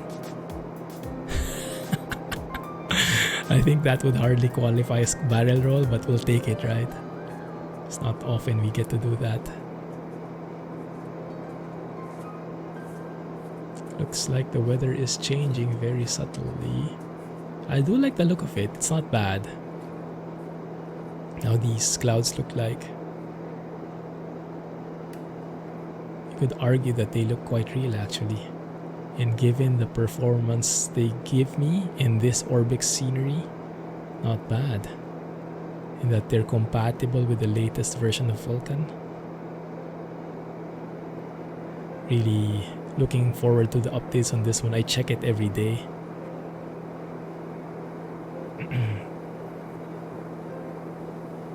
By the way, Alex, have you seen that new ROX yet? 2.7? I just got an email from Arias, from ROX forums about it.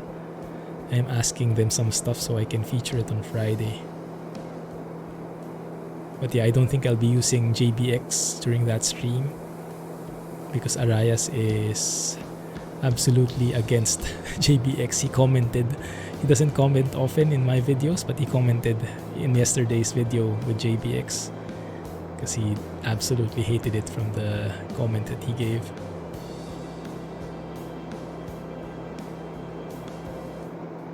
He saw some screenshots. I might try RBW. That seems to be a nice compromise. Maybe Project Next Gen textures in RBW weather. I'll try it offline. And we'll probably go with Vadix DAF with the sound mod you found by RJ Productions.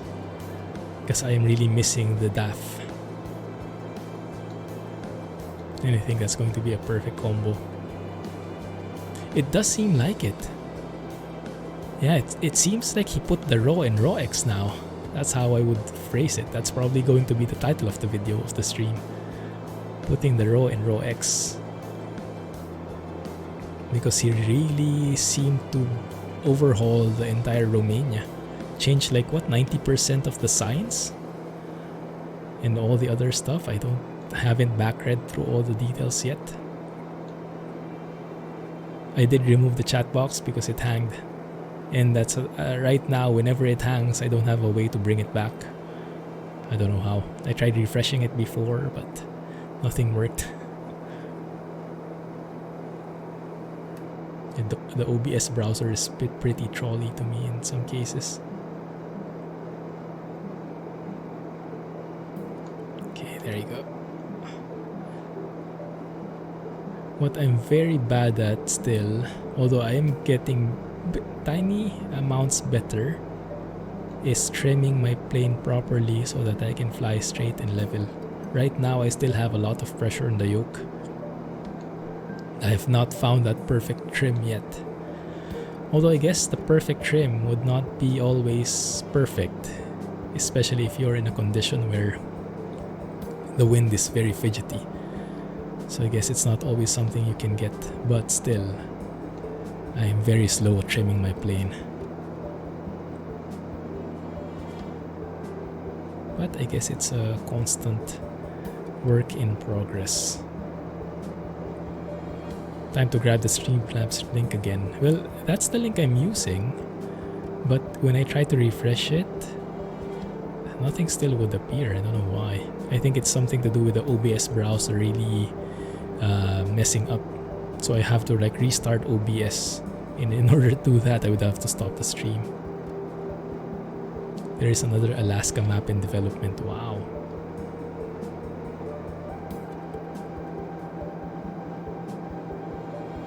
Haven't touched ETS2 since Idaho came out. Yeah, I just recently went back because of the Renault Premium.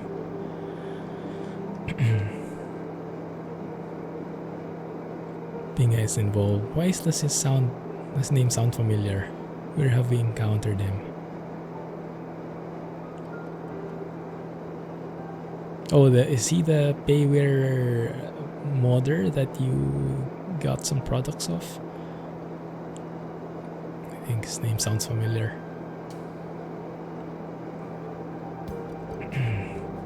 Wow, look at all these airports coming up ahead. They're so close to each other. Wonder why that is. Well, I guess we are zoomed out all the way, so maybe they're not that close in real life.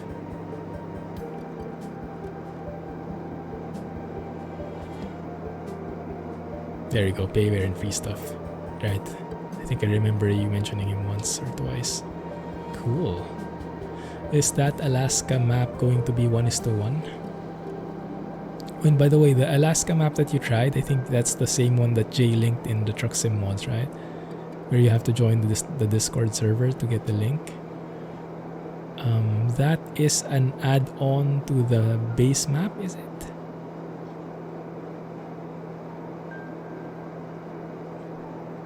Same one Jay linked. Okay.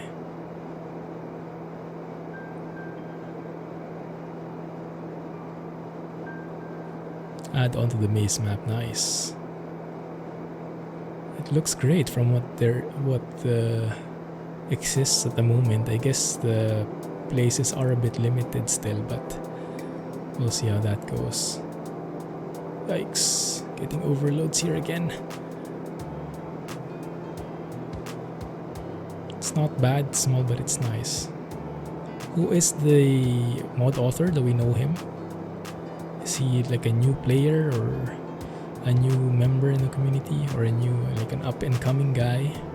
Like how Overflow just came out of nowhere and captured our hearts, our trucking hearts, so to speak.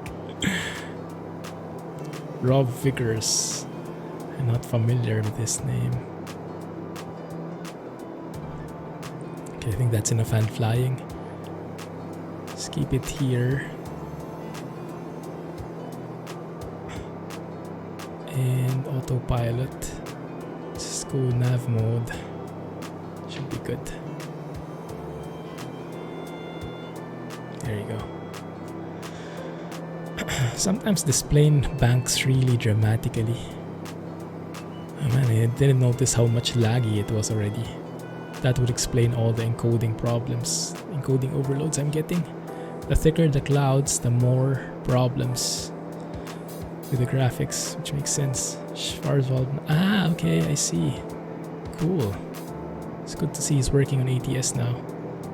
That is an ATS, right? Would make sense. Guess it would be a bit far if you put it in Europe.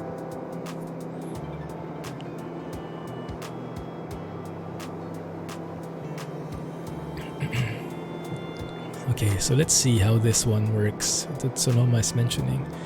If we can probably get some ATS information from some of these nearby airports.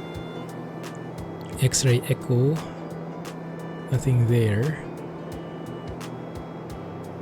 X-ray Echo Golf, X-ray 2. Am I reading that wrong? Oh, let's see. It's Zulu. X-ray Zulu and X-ray Delta.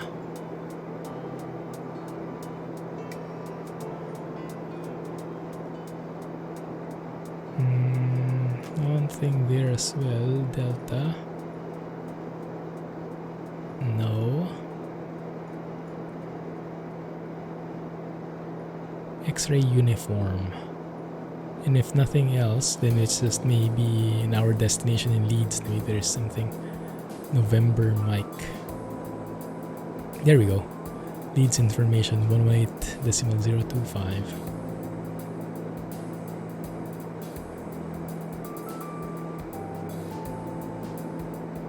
Well, how far away are we? 30 miles away? I guess ATS should be available then. Leeds Bradford information there you Zulu. go. 500 Zulu weather. Wind 260 at 16. Visibility more than 10. Rain. Sky conditions raining. 1200 scattered. 4200 scattered. Temperature 2.8. Area QNH 1016. Arriving runway 32. Departing runway 32. Advise on initial 32. contact you have Zulu. Yikes, looks like pretty crosswindy. Okay, good to know.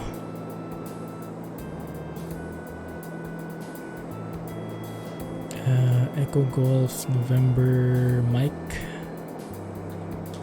One sec, I'll be with you guys shortly.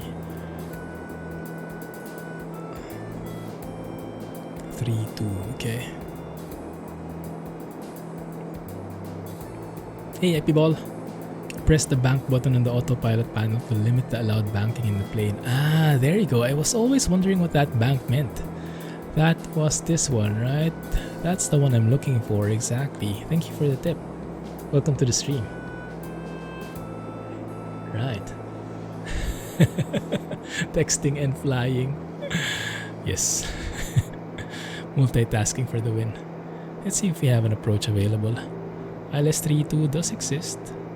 That should help out with these low visibility conditions. I would like to load that though and see for myself how it looks, because there is an initial approach fix at Lima Bravo Alpha.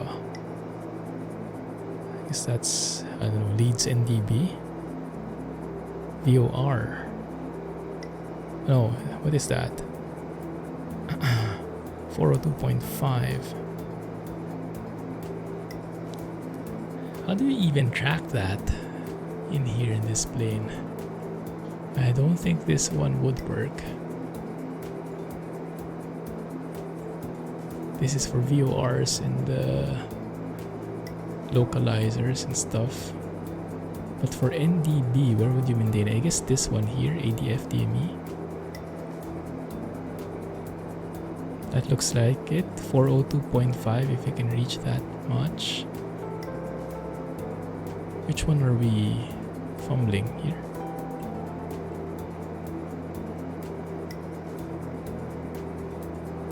That one. 4 0 2 decimal 5.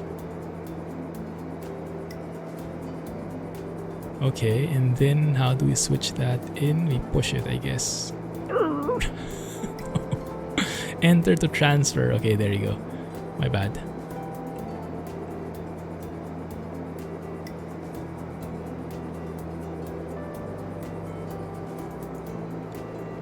Four zero two decimal 5. Enter. Enter. There you go.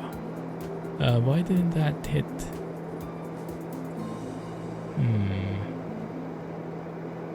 Let's see if we can make that appear. Bearing 2 would be that one, EDF. I'm not sure if that's captured.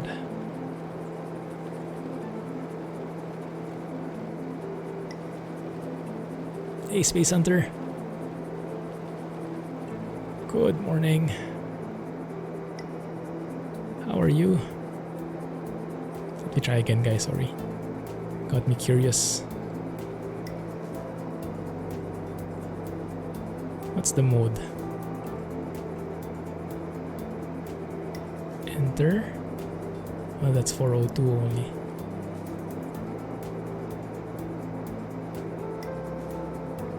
Maybe should be ADF. I definitely should read up more on these instruments.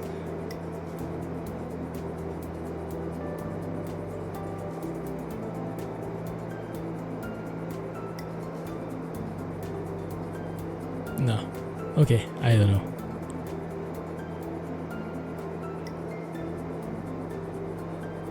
That should be enough, I guess. Let's turn that off. Okay. Where are we anyway? Good question. Yeah, that's what happens when you don't focus ahead of you. Actually punching through clouds now, which should not be happening. But no one look. Where are we? Approach landing.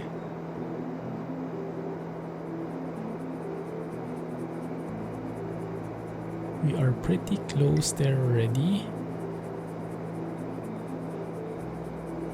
Yeah, there's the airport. Let's go ahead and activate it. Select approach. ILS32. Let's go that initial approach fix. Activate. No matter where that's going, we'll see. Okay, it's the usual thing. Like tracking the NDB and going from there. In terms of altitude, we need to be at 4,000 feet actually. So let's go in VS there. Should be okay. And then after we cross that one,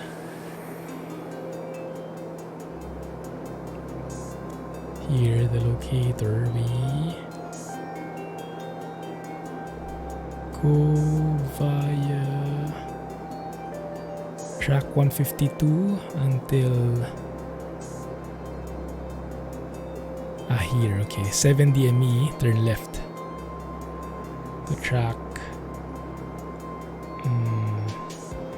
trying to read it, 319. Okay, 319er. Wow, there we go. Some nice weather finally. Finally, okay. Somewhere in the UK, going to Leeds, Space Hunter. Just following wherever FS Economy takes us. 319er, let's go with that.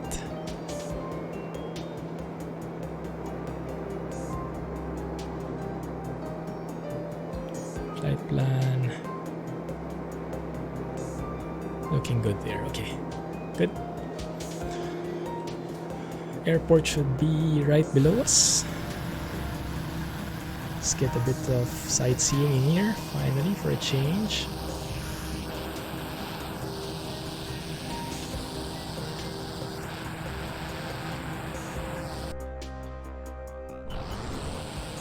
tap into my sounds. There it is, the airport.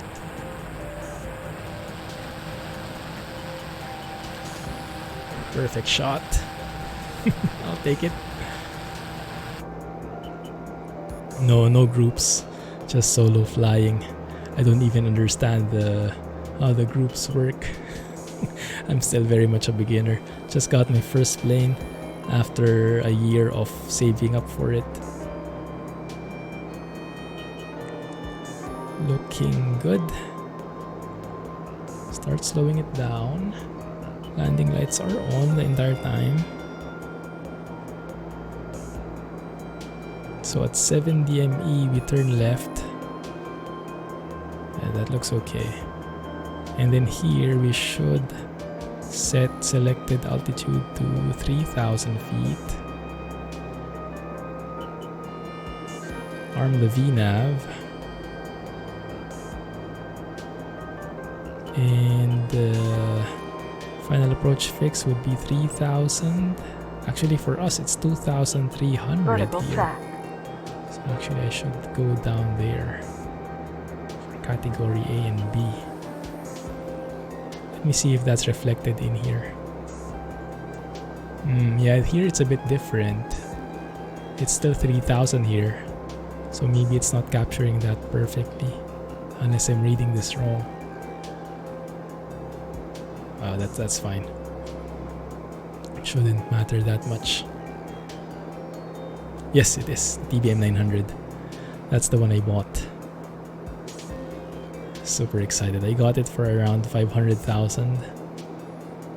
I was not very active in FS economy before, but I recently decided to go back to GA in preparation for FS 2020 to get my hand flying skills in order. Yeah, it's feeling pretty good. So the first plane I will try when FS 2020 comes is definitely the TBM 930. Get a bit of how the auto throttle works in action.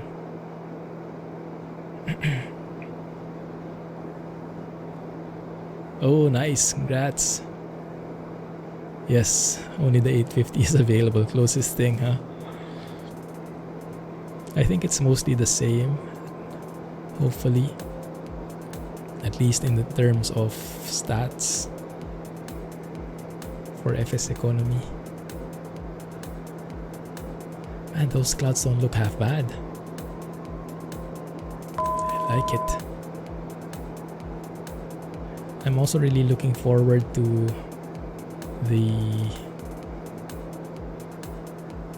updates here, because the main developer for these clouds, he has a lot of new additions, performance improvements. I think if I remember correctly, he mentioned something around that he was able to improve it up to like 10 times better or something, and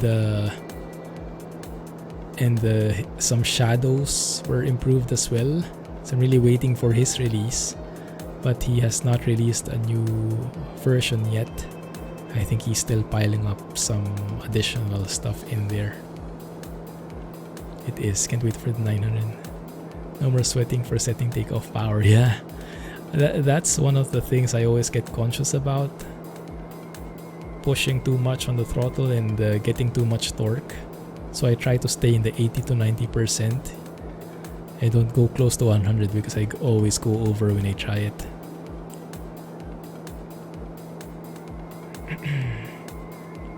There is Leeds in front of us, I guess.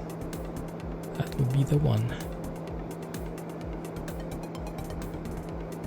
Should be switching to the localizer soon. 9 DME. There we go. From the approach. Should be capturing it pretty soon. Go one notch of flaps here.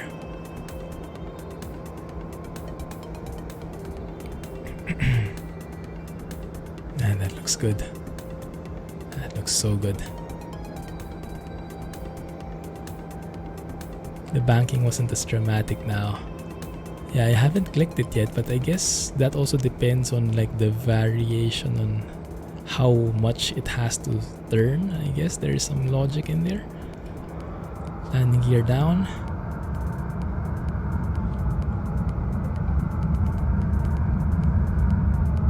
And indicating all 3 green lights. Good. Yeah, I'll try that banking later. That's a pretty useful tip. Thanks for letting me know about it. I've been wondering about that ever since, because the banking seemed to be very aggressive by default.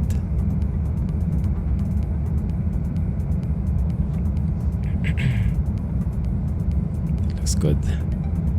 30% torque.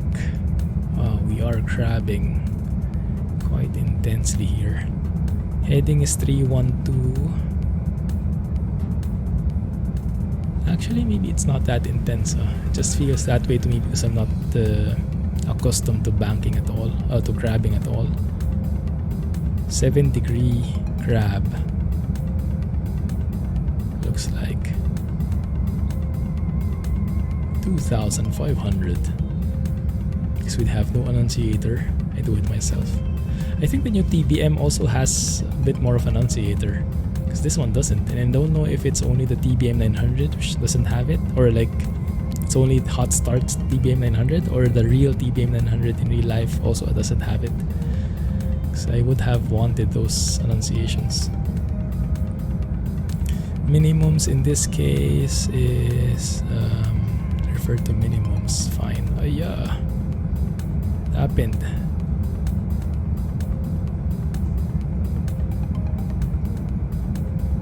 Minimums would be, oh, that's pretty high.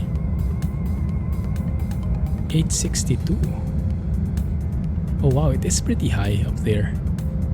681 landing feet elevation. 862 feet is our minimums. I should maybe plot that in, but at this point I guess I'll just keep it.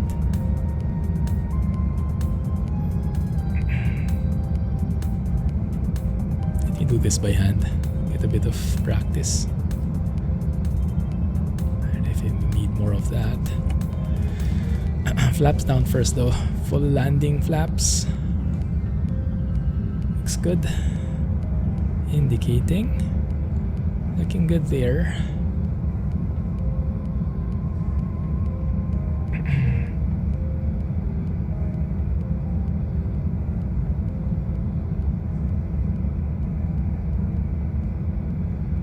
Nice. Still a bit far off. But I think we can work with this.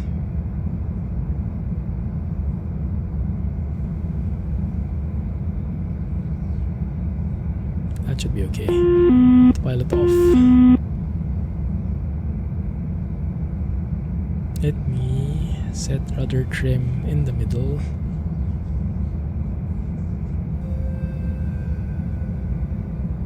Like so.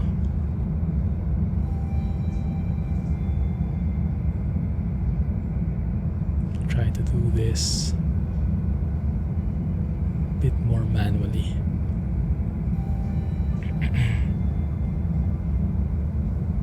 Need to go a bit sharper there. Just capture the glide slope again. And the flight director is such a powerful tool. In most cases, you can follow it and get to that exact spot where you need to be.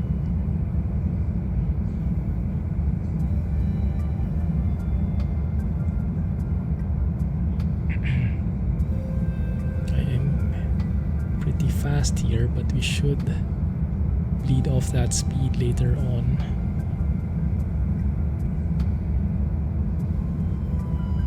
As we level out more here. That looks good.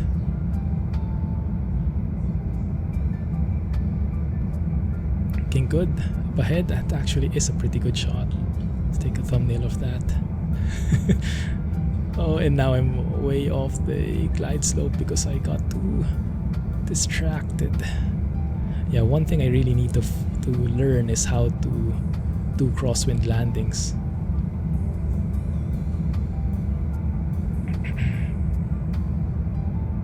That should be okay.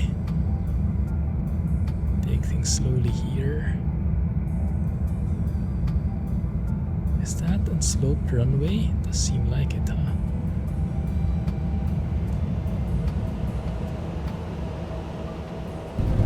Airspeed. It's not bad. D-crab there at the last moment. And put aileron banking a bit to the left. I'll take it. Although I missed my turn, but there should be one more on the left. Taxiway Mike over here.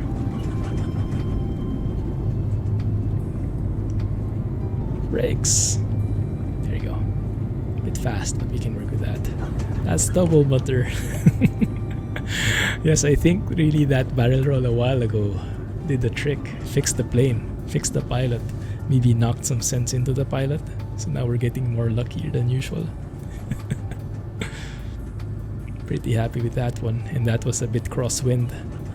I usually don't have enough consciousness to apply any rudder control at during the landing, but this time I got enough sense to apply a bit of rudder there. I bet that would be even more amazing when I finally have my own rudder pedals instead of these pseudo rudder pedals from my yoke.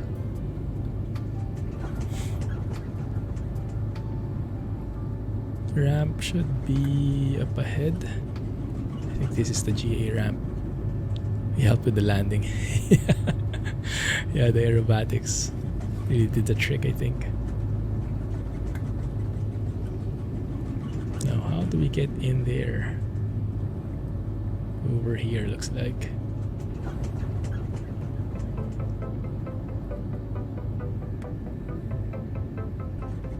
Just stay here for a moment. Probably we should stay in the middle of those circles, but if I went there I wouldn't be able to turn anymore, so we stay here instead.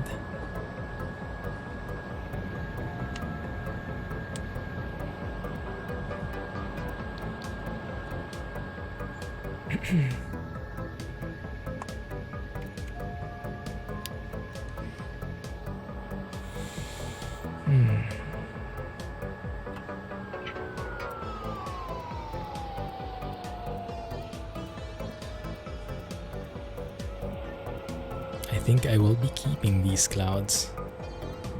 Initially I was a bit skeptical trying them out because yeah, they're very experimental.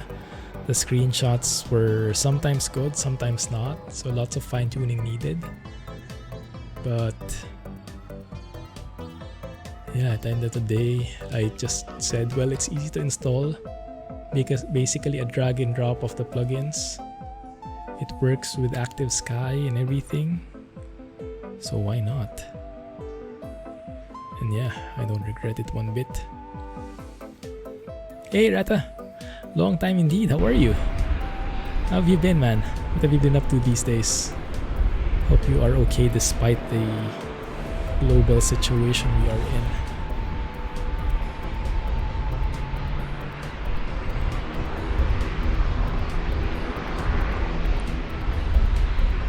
How did that work out here? 3941. Wow, getting rich today.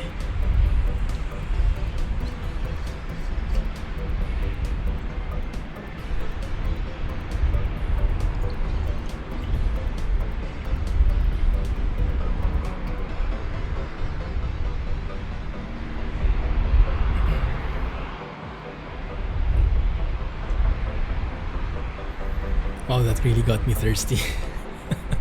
All that hand flying is pretty thirsty. Pretty thirsty. Hey, Ottawa! Thanks for 2 months, man. Appreciate it. Glad you made it to the stream. Appreciate the effort. How have you been? Been busy watching your kid since the wife works at home. It's like you have to do more to keep the kid from bothering her. Ah, I can even imagine. Yeah, I can only imagine. Yes. It's, yeah, with us here at home, we also are working from home, both of us, me and Mrs. Clumsy. Normally, I'm the only one who does, so we have to balance a bit more the time. Like when I'm streaming like this, she has to move out. And yeah, we have to, like, when we have calls, we have to space each other out so we don't hear each other, you know, those logistics things. But with a kid, I can imagine that's another layer of excitement. Okay, so we have now from Leeds to, what is that, Hawarden? Looks like we have one seat available. Let's see if I find something going that same way. Of course not. No, we do. We do see that here. Perfect. So looks like it will still be a full flight. There you go. And in terms of fuel, 101 gallons. Let me see. Oh yes, definitely. That is the main reason why I'm going back into X-Plane more now, to get myself ready for flights in 2020. Because I will definitely try and get into that as soon as I can. So in terms of fuel, if I plug in this one from Leeds to Echo Golf, what is it? November Romeo? Yeah. November Romeo. It's going to be 63 miles, and the little nav map is saying I would need 111 gallons of block fuel. That would already include the reserves and everything. So if you look at that, 111, we're at 101. That should be pretty close, but let's play it safe. So let's put in something here. Leeds Bradford filled to 111 gallons. And that should be good right here. Perfect. I hope FS Economy becomes compatible with the flights in 2020, so I can continue the journey, so to speak. Okay, I'm back with you guys. Yeah, hopefully more of those video streams, everything. There we go. Assignments are loaded. We are heavier. Check out U-boat.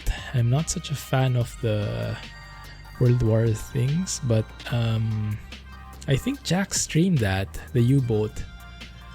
That's where you are simulating that you are piloting. What is the term? Navigating with a submarine, right?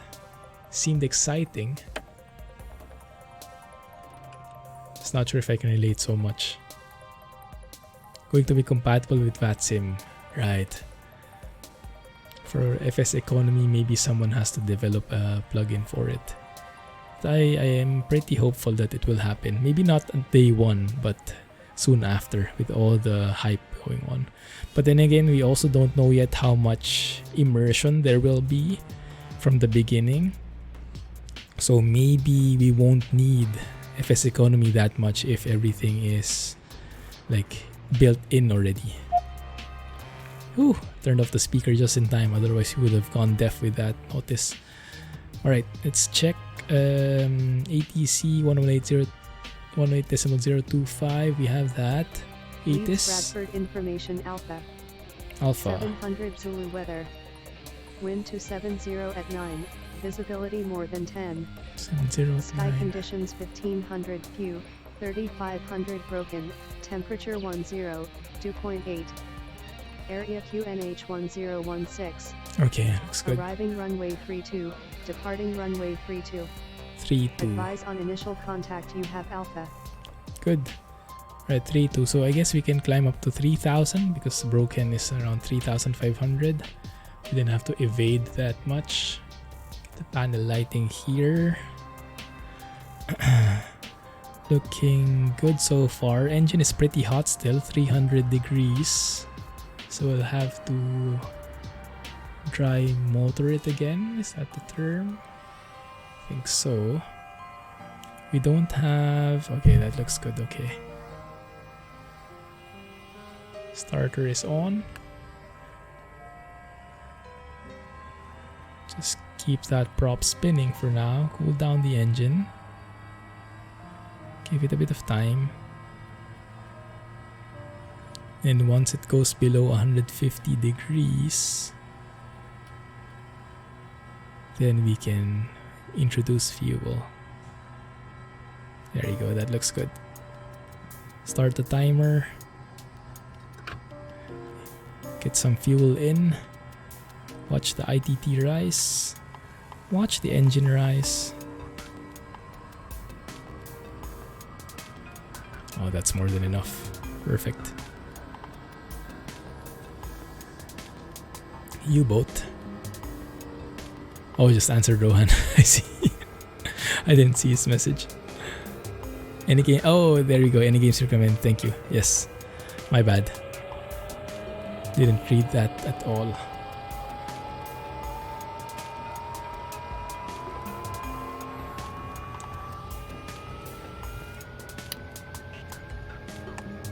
Don't really need that oxygen thing because we're flying so low, but just out of habit so I don't forget it. The main generator is not on yet. Whoops. There you go. Charge up those batteries.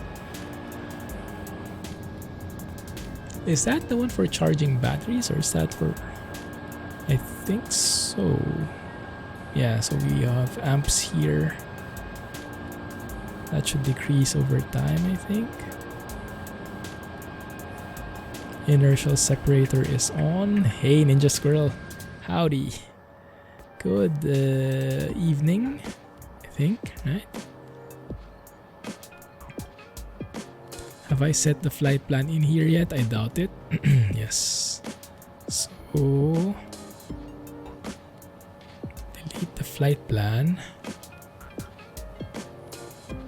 We go to Echo Golf. Yikes. What was it? November Romeo. Howardin, yes.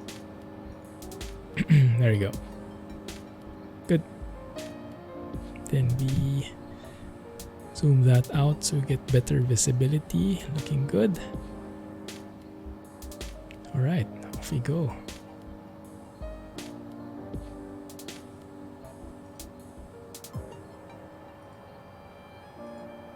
Oh, yes, he has. But he doesn't want to finish the game for some reason. I think he would not want to let go of the characters. It is raining now, but the clouds are not that bad considering. So let's go through this way. And I'll turn left at Lima.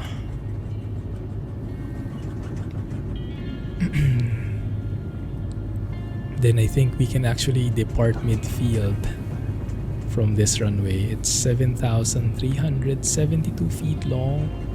Shouldn't be a problem. No, what's more of a problem? Actually, I have a gate here that is not in the map.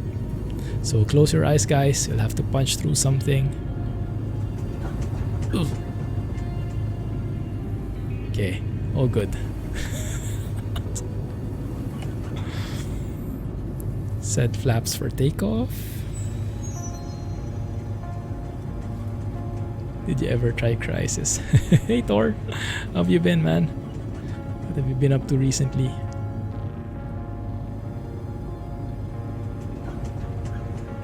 Lights on. Heaters on. Looking good. Runway is clear. Alright. Off we go. Now little nav map is saying that the safe altitude for us, I'm sure there's a technical term for it, it escapes me at the moment, is 2,500 feet. So because we'll be cruising at 3,000 feet, you should be well within that. Oh my goodness, that slope of the runway. That might not be very healthy for us. I would like it if we don't need to reach that point.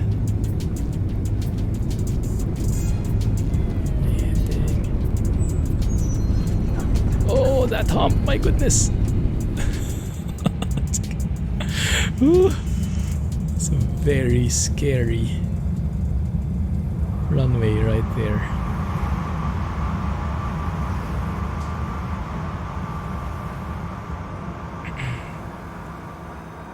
Pitch for 115 knots, so we can bring those flaps up. Trim for takeoff is set, yes. There you go, yaw damper is on. Speaker left turn here.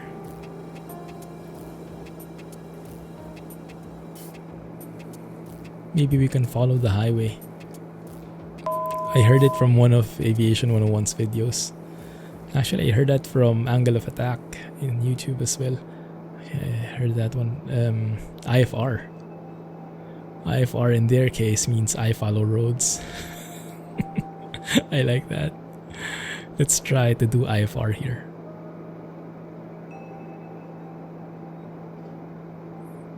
Pull back on the throttle. Slow down the climb here. And let's find the nearest road we have. There seems to be some clouds here. Might have to avoid that for flying VFR.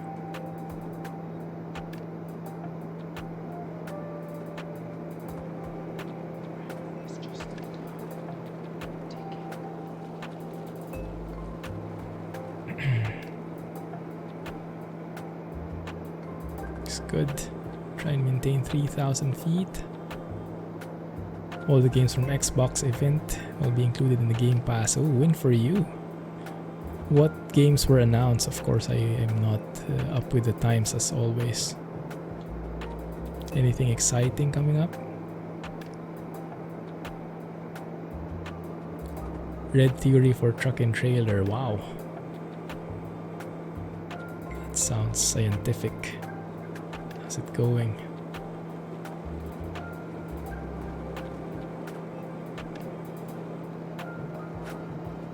But it's nice with these clouds now actually existing in the world in 3D, not just like stickers. I can actually feel better in trying to avoid them. Before they were more like these arbitrary white things that are floating. Now they feel more real. Definitely a long way to go, but I think definitely a step forward. Uy, yikes, look at how fast that cloud is moving. I think there's a transition in the weather happening. It's nice to see though, isn't it?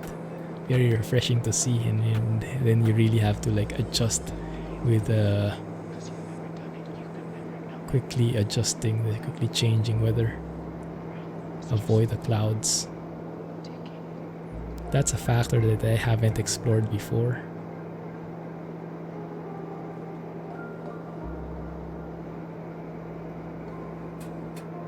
It's quite nice. Forza Motorsport. Is that more of a simulation racing or arcade racing kind of deal? I always get confused with Forza. I think they have both kinds, right? More simulation, okay. What is the one which is more arcadey? Where you're on the actual roads, on the street? Horizon, there you go. That's the one I'm thinking of, Horizon. A new Assassin's Creed, that always gets in there, right?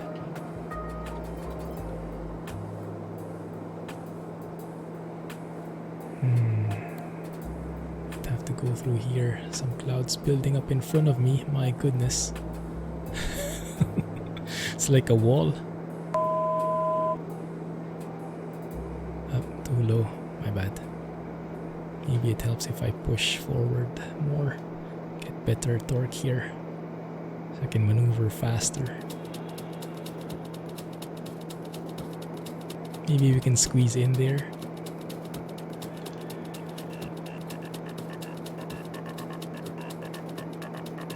Hey, Cascade. How are you, man? How have you been? Push the red button on the panels. As long as I push just this one, that's okay. But the other red ones, maybe not.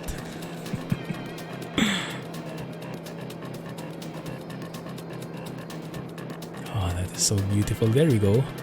A nice big road there. Probably a motorway we can follow. Yeah, that one. On the right. Let's go and get back to 3,000 feet. And stay there.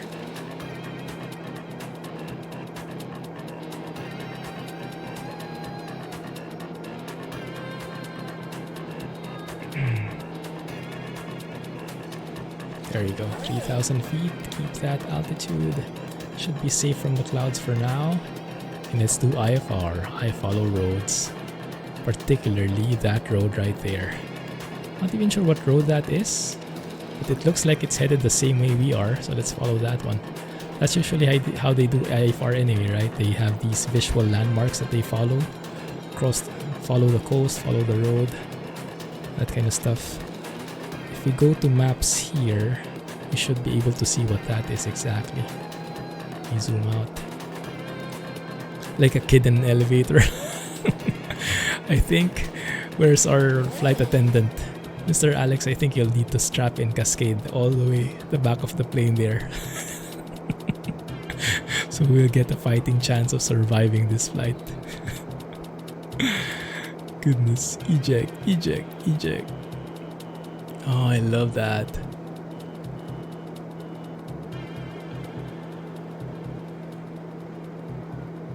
Cloud morphing in front of you, it's much too fast.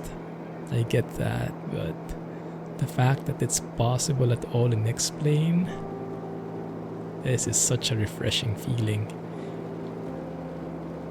That is so nice. Yikes. Looks like I'm coming close to it though.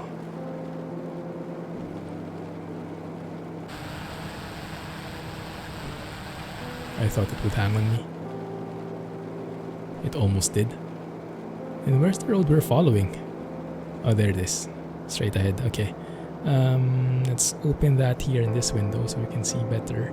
This is the road we're following. A640. Anyone familiar with that? We're on the A640 apparently.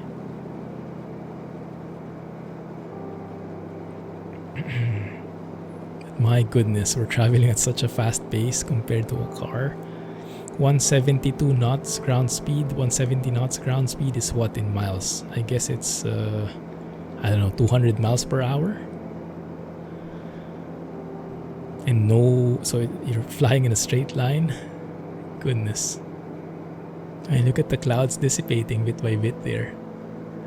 That is so good.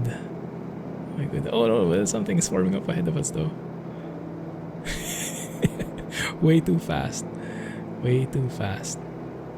But still cool. Thanks, man. Appreciate it. How have you been? I'm doing good. I'm still super excited for flights in 2020. And that's why I'm doing Explain now. So I can get some practice. Getting some hand flying hours in. So at least I have an idea what's happening when I finally get into that cockpit.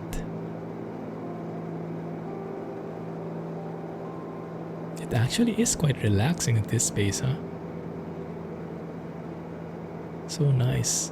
I wouldn't have attributed flying, like doing the flying yourself, especially hand flying and relaxation together. But maybe that's just because I'm not that accustomed to it yet, so everything is like workload intensive. But once you get the hang of things, once it becomes a habit, then it becomes much more automatic. Yeah, it's not going to be as bad. My goodness, look at that. It's like we're on fast forward here. That is so nice. Been trying your hand at YouTube, spending time with the kids and just enjoying sim games. Sounds like a good combo.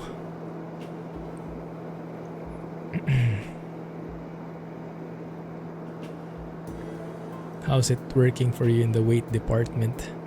My goodness, I got so much weight. I gained so much weight since the lockdown.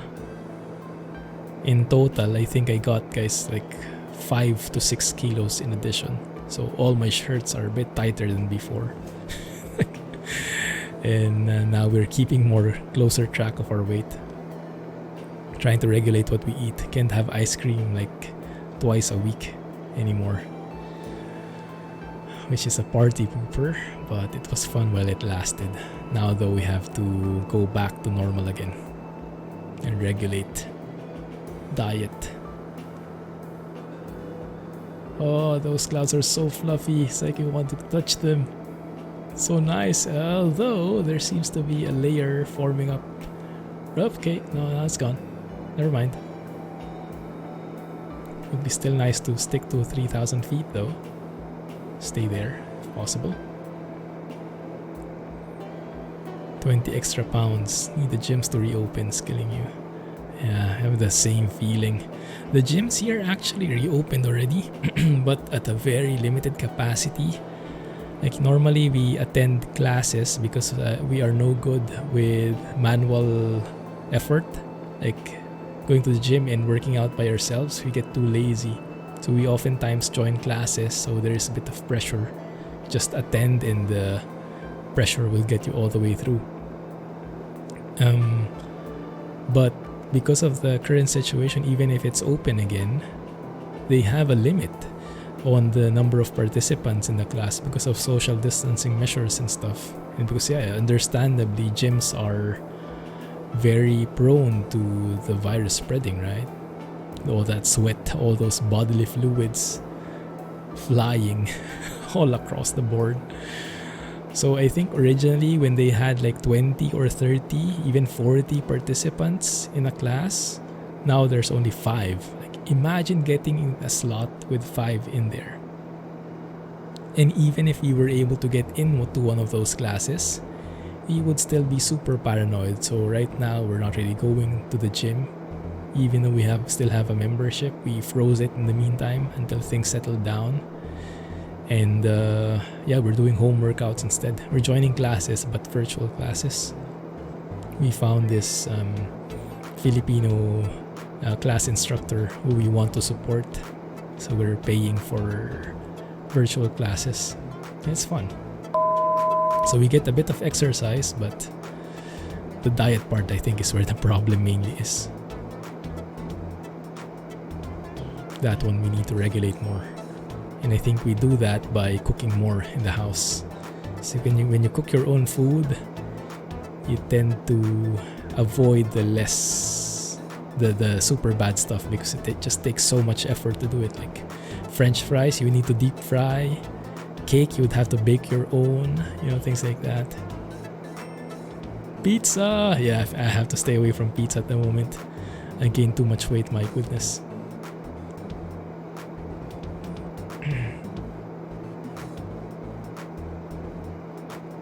Running with a bad right knee doesn't work well. Oh yeah, that's going to be even more challenging. You'll have to find some other workouts, huh? Are bikes okay for you? But I guess that would also use your knee. We can also follow this bridge, this river. See where it takes us. Let's see.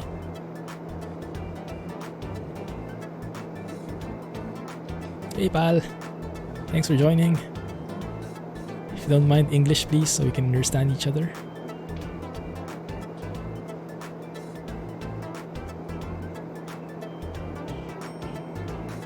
Do we still have fuel? We do have fuel.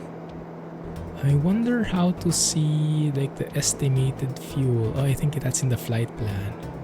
Yeah, let's tinker with the systems a bit. Okay, so let me do this.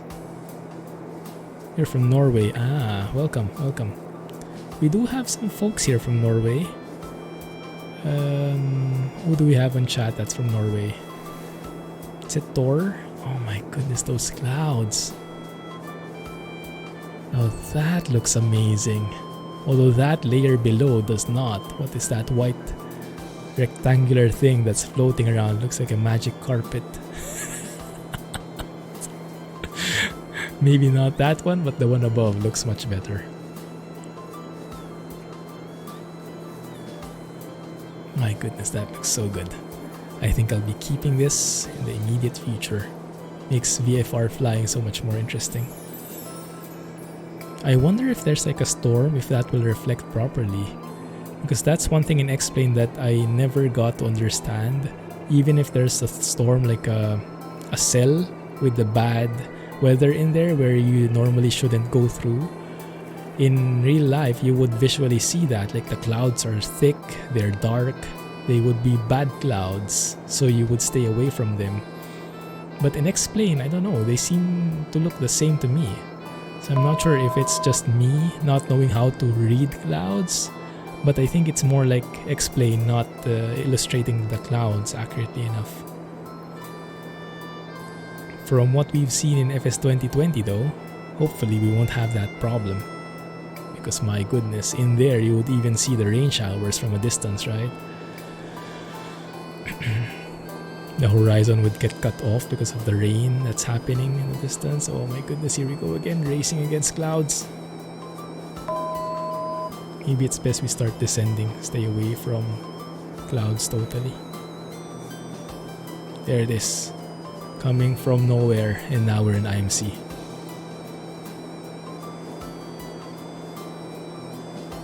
My bad.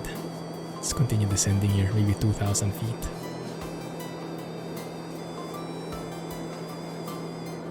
Stay away from any possible clouds coming in.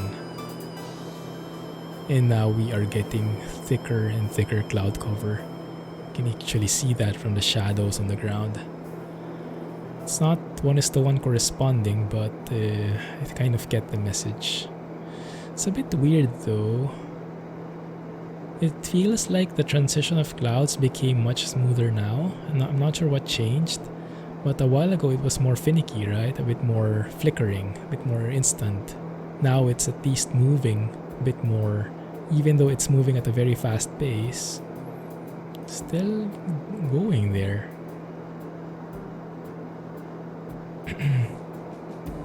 It's nice, okay. I think we have to plan this out. Let me see. Let me have a look at this airport. Howarden. Pretty long runway, 6,000 feet for the plane. That's okay. More than enough space in there. We have runways 04 and 22. But I want to see how the weather is like. So if we go back here, Echo Golf November Romeo. There is no ATIS, so we'll have to rely on Active Sky.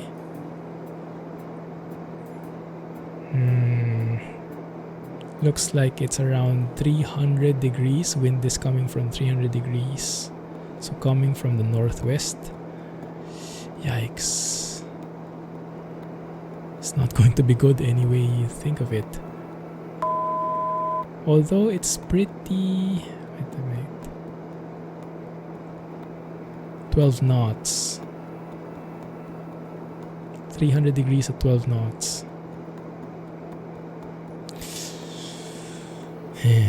So we either get like 80 degrees crosswind or 60s. Okay, the runway 22 I think is marginally better, but looks like it's going to be pretty crosswindy.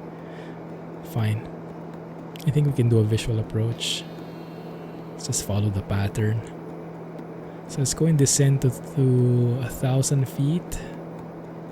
Probably it's going to be how the pattern altitude is at, because the landing feet elevation at that airport we're going to is 43 feet right here. So let's go there. And in terms of the runway heading, that's 222. So let's set this up 222 degrees. I'm actually... Yeah, I can do this straight in. We're almost facing the right way already. Cool. Okay, so what I can do is I can put here as OBS mode.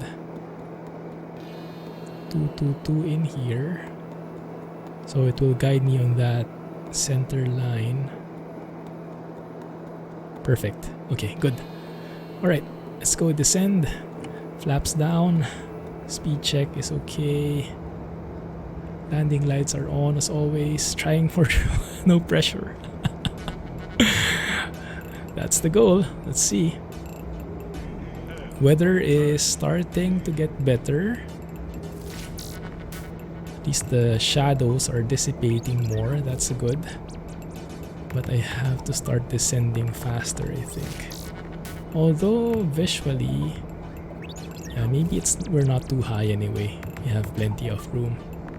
Could just do a visual here. Looks like we are bang on the glide path. More or less. Probably less. Oh. And actually that's perfect timing. I was not looking at the time this entire stream. I only noticed that it's almost 11 now. My goodness, time flies.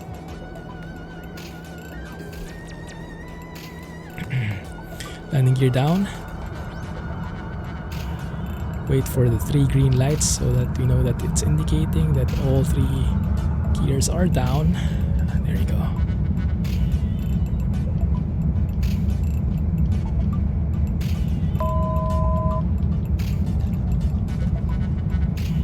There we go. Turn off the yaw damper. Set rudder trim in the middle. Maybe move more to the right so we can go center line here. Oh my goodness, look at that crab. Now one thing that can help me is this green ball here in the PFD. That tells you where you're going, so if I align that green ball with the airport, that means I am headed directly at the airport. That's a bit more of a cheat, but that I think I need all the help I can get in this case. Yeah, look at that wind. Wind coming from there at 2 o'clock. Yay, bits! Thanks, Rohan. Appreciate it. Won't say no to that one.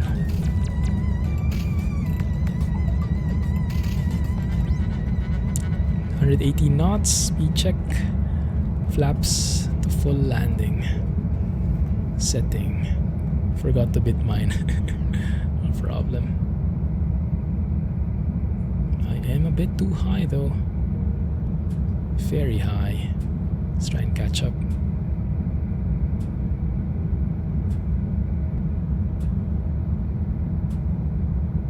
There we go. It's more like it. Perfect.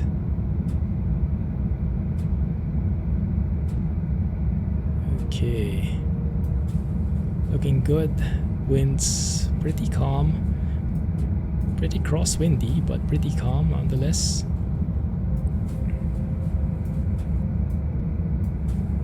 I think I need to make it a bit more shallow though, in terms of the approach. Yeah. Let's catch up with it. There you go.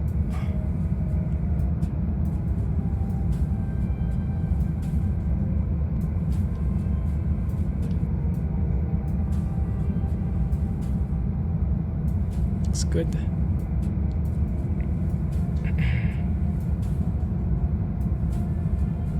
Oh my goodness, that crab. So I have to apply left rudder and right aileron, if I'm getting this correctly. Let's see how that works. Good luck to us. Yeah, crabby approach. Yikes. Oh, that's not good at all. But we can make that work. So left rudder, right aileron, close the throttle. Come on. Airspeed. Oh! Butter. Perfect. No one saw that. Where should we exit? I think we should exit to the left here. I thought it was going good, but I think I forgot to dial down to the throttle a bit. Butter, you saw nothing. Oh my goodness, yes. Crosswind landings is a work in progress, definitely. But hopefully, with rudder pedals, it will help a bit to lessen the difficulty there. Because usually you would have to apply whatever rudder you step on, you apply the opposite direction of the aileron.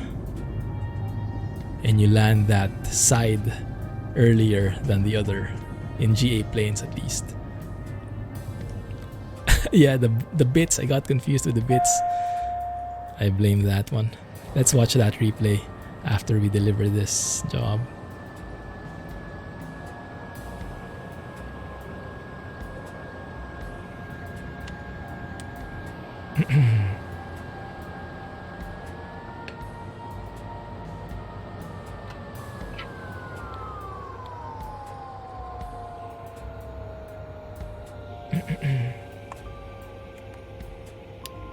Oh, plenty of flights today, huh? Nice short legs. Plenty of practice for approaches and landings. What did I do there? That's not the one I'm looking for. Okay. Engine off.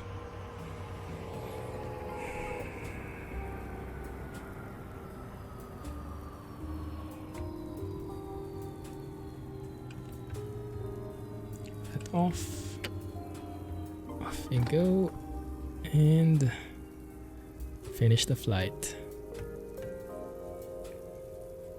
Put the chocks in, release the landing gear, cover it all up. Looking perfect there. How did we do on the flight? That was the last flight. That's actually perfect. All the flights I planned was just perfect timing for the stream. Wow, lucky. We got 3.8 there. So if we add it all up, we got a total of what? 3,609, around 13k all in all today. I'll take that. Nice. So nice having your own plane. Okay, good. Let's go and watch the replay, guys, how that works.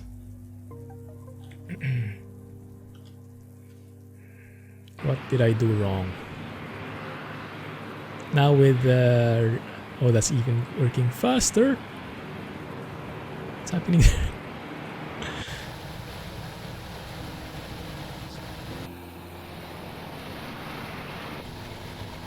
There you go. Alright, let's fast forward this one. There we go. Very shaky.